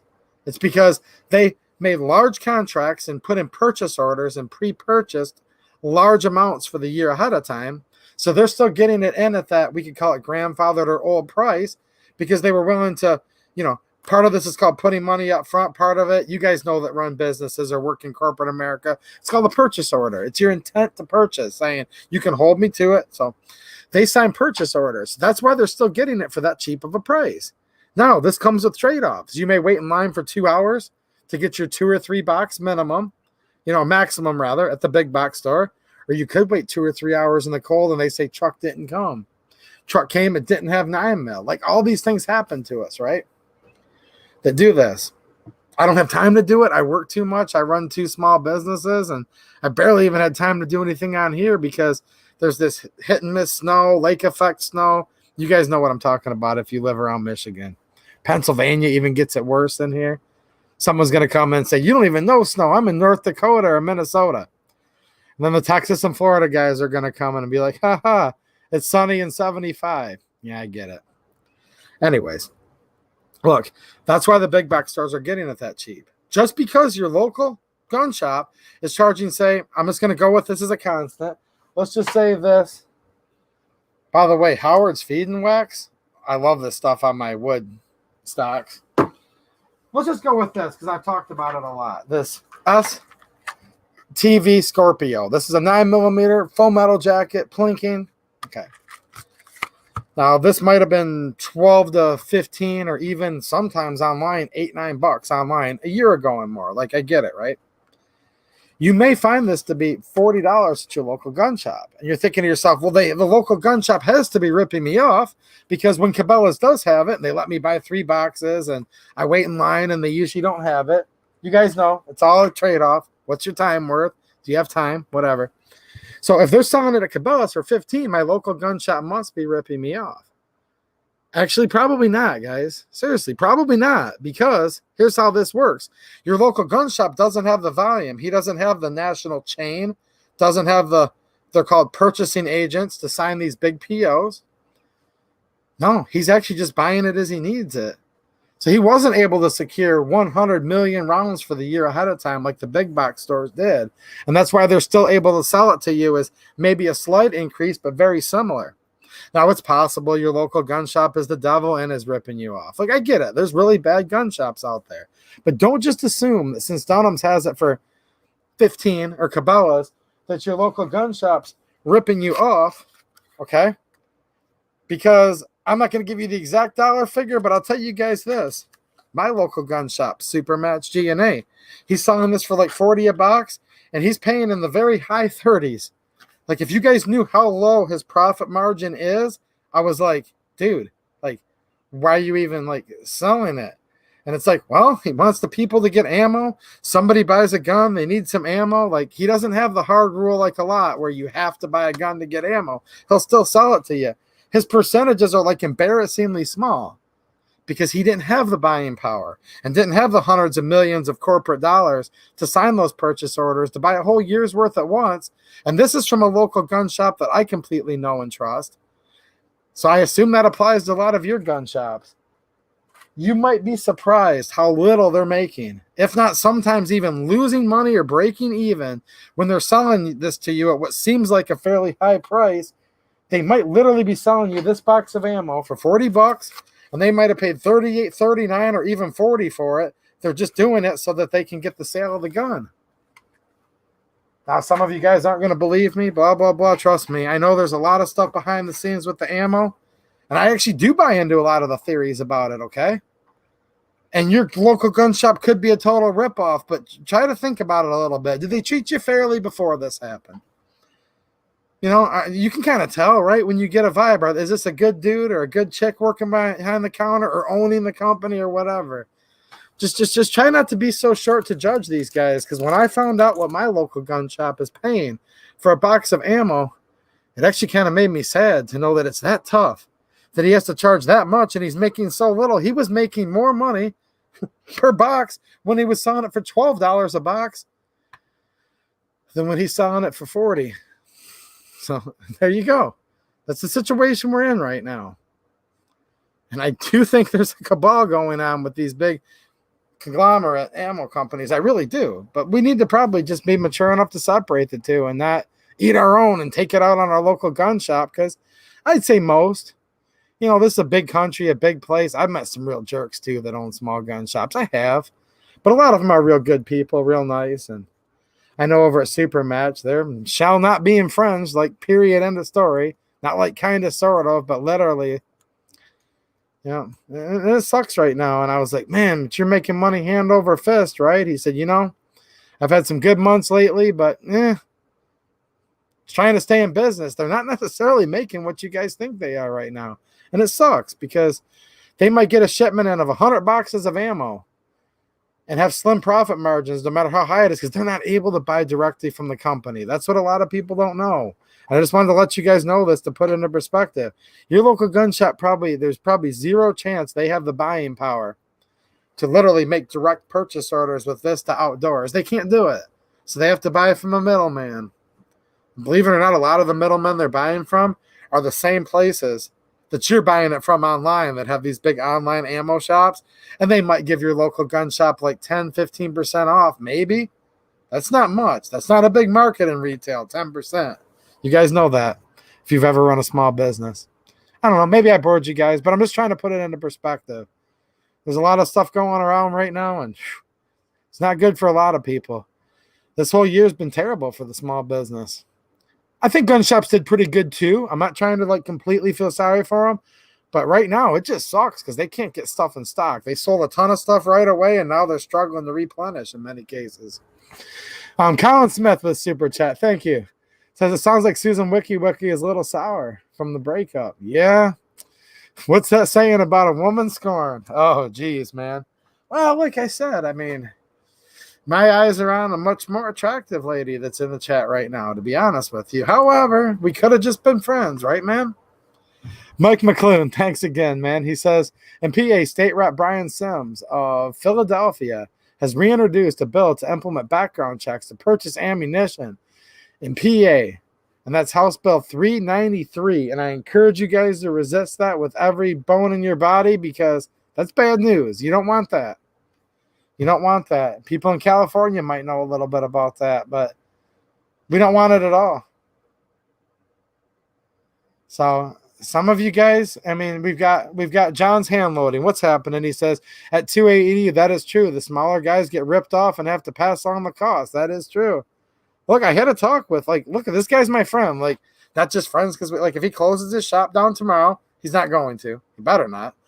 I'll still be his friend. Like, I like him. His name's Matt at Supermatch. And I don't know, man. We had a good talk. He's being optimistic, you know. He's done some pretty good business in some of the months we've had in the last year, but it's kind of a little scary thought when you're ordering, like, 100 guns and 5 might come in. It's like, ooh. And these are all his friends he's known for years. He's like, dude, I don't want to sell you a box of ammo for $40, but like you have to have it because, like I said, there's people just now getting into guns, or just people that didn't have the money previously, right? Maybe they've been into guns forever. Maybe they had real bad financial times and they had to sell all their ammo 2 years ago. Like, this stuff just happens. to regular, normal people. You can't really pick what hand you're dealt in life, but you just got to make the best of it, and for various reasons. And many of these don't mean they were bad people. Yeah, there were a lot of lazy, unprepared people, guys. I totally get it, but not always. Not always. There were some people that were more prepared than us and had, tragedy in their family and had to sell all their stuff, and they're just now getting back into it, right? So, yeah, you got to have the ammo for the people. More new gun owners aren't going to necessarily save our rights, but if some of those people become pro 2A, pro natural and God-given rights, then now we have a chance. And we do need our local gun shops to stay open for that reason. Support your local economy. These people have families. These people have had the boot of the government pressed on their neck for the last year, just like a lot of small businesses, including mine. So we should support them just as small businesses, but also because they're selling our freedom seeds and our liberty sticks and all these different things that we call our firearms and our ammunition and our knives and all these things that you find at your local gun shop. If they're a bad gun shop, you'll figure that out. Stay away. I don't support bad people either, but do not just assume he was a good guy forever and now he's ripping me off because his ammo's expensive. He might be making it embarrassingly low, right? John's hand loading, profit margin on it, and that would suck. And I was just getting ready to get off, but I can't because my friend Ray just said good evening. How you doing? Nice to see you. What did somebody say here? Ooh. Victor Miller. Oh, sorry, I clicked on the wrong thing. Let's read what Mitchell said first.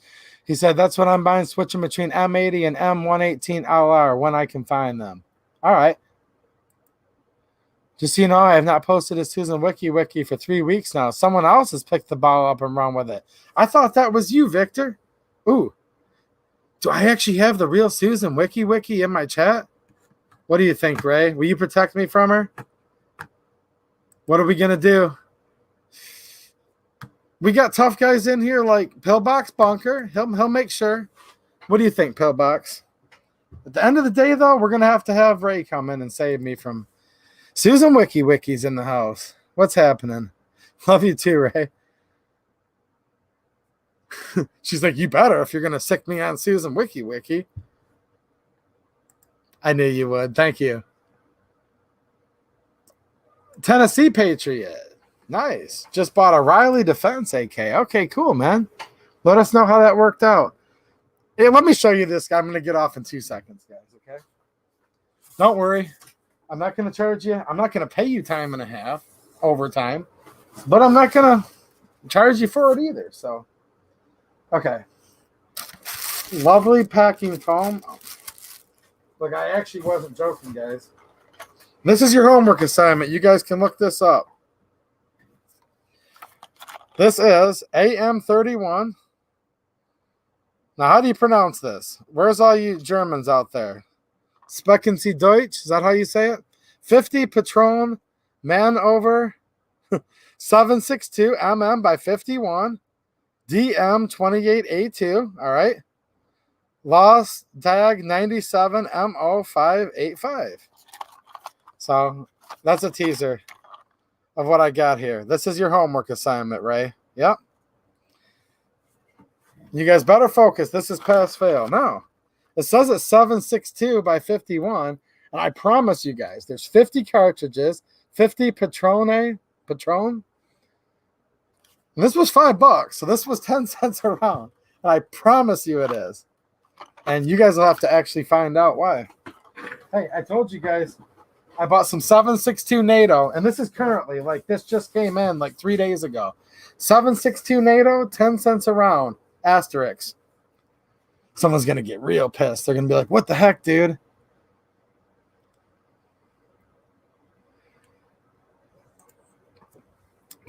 Alexander, sure. That's why the gun shop owner bragging about his gold-plated toilet and sink, as well as that this crisis made him a multi-millionaire. Hey, somebody's gun shop might have done that, but not all of them. I assure you of that. You out of here, Rick? Good night, Rick. I think I'm going to see you on Sunday. At least Rob told me you were going to be there. What's up, Rob, if you're watching, by the way? It is cold out. Trying to hide from Susan Wiki. I don't I try to look my best on here, but I think I was looking too good because she thought we could be friends, and then she's kind of been taking it out on the channel since then. So I don't know. EV3 Dale's got a suspicion here. I don't know. We'll see. Here you go. EV3 Dale. For that special type of 7.62 NATO ammo for 10 cents a round, you guys familiar with an FAL? Okay, it's called the FNFAL. I got an Israeli. Maybe, Susan, right over there. All right, some of you guys are too smart for this. But for the rest of you, that's your homework assignment to figure out what I got here. They do make the plastic ones too. Okay. Yeah, you guys are, of course you guys are smart. You guys know what I'm talking about here. What's happening, A-Dubs? How you doing, man?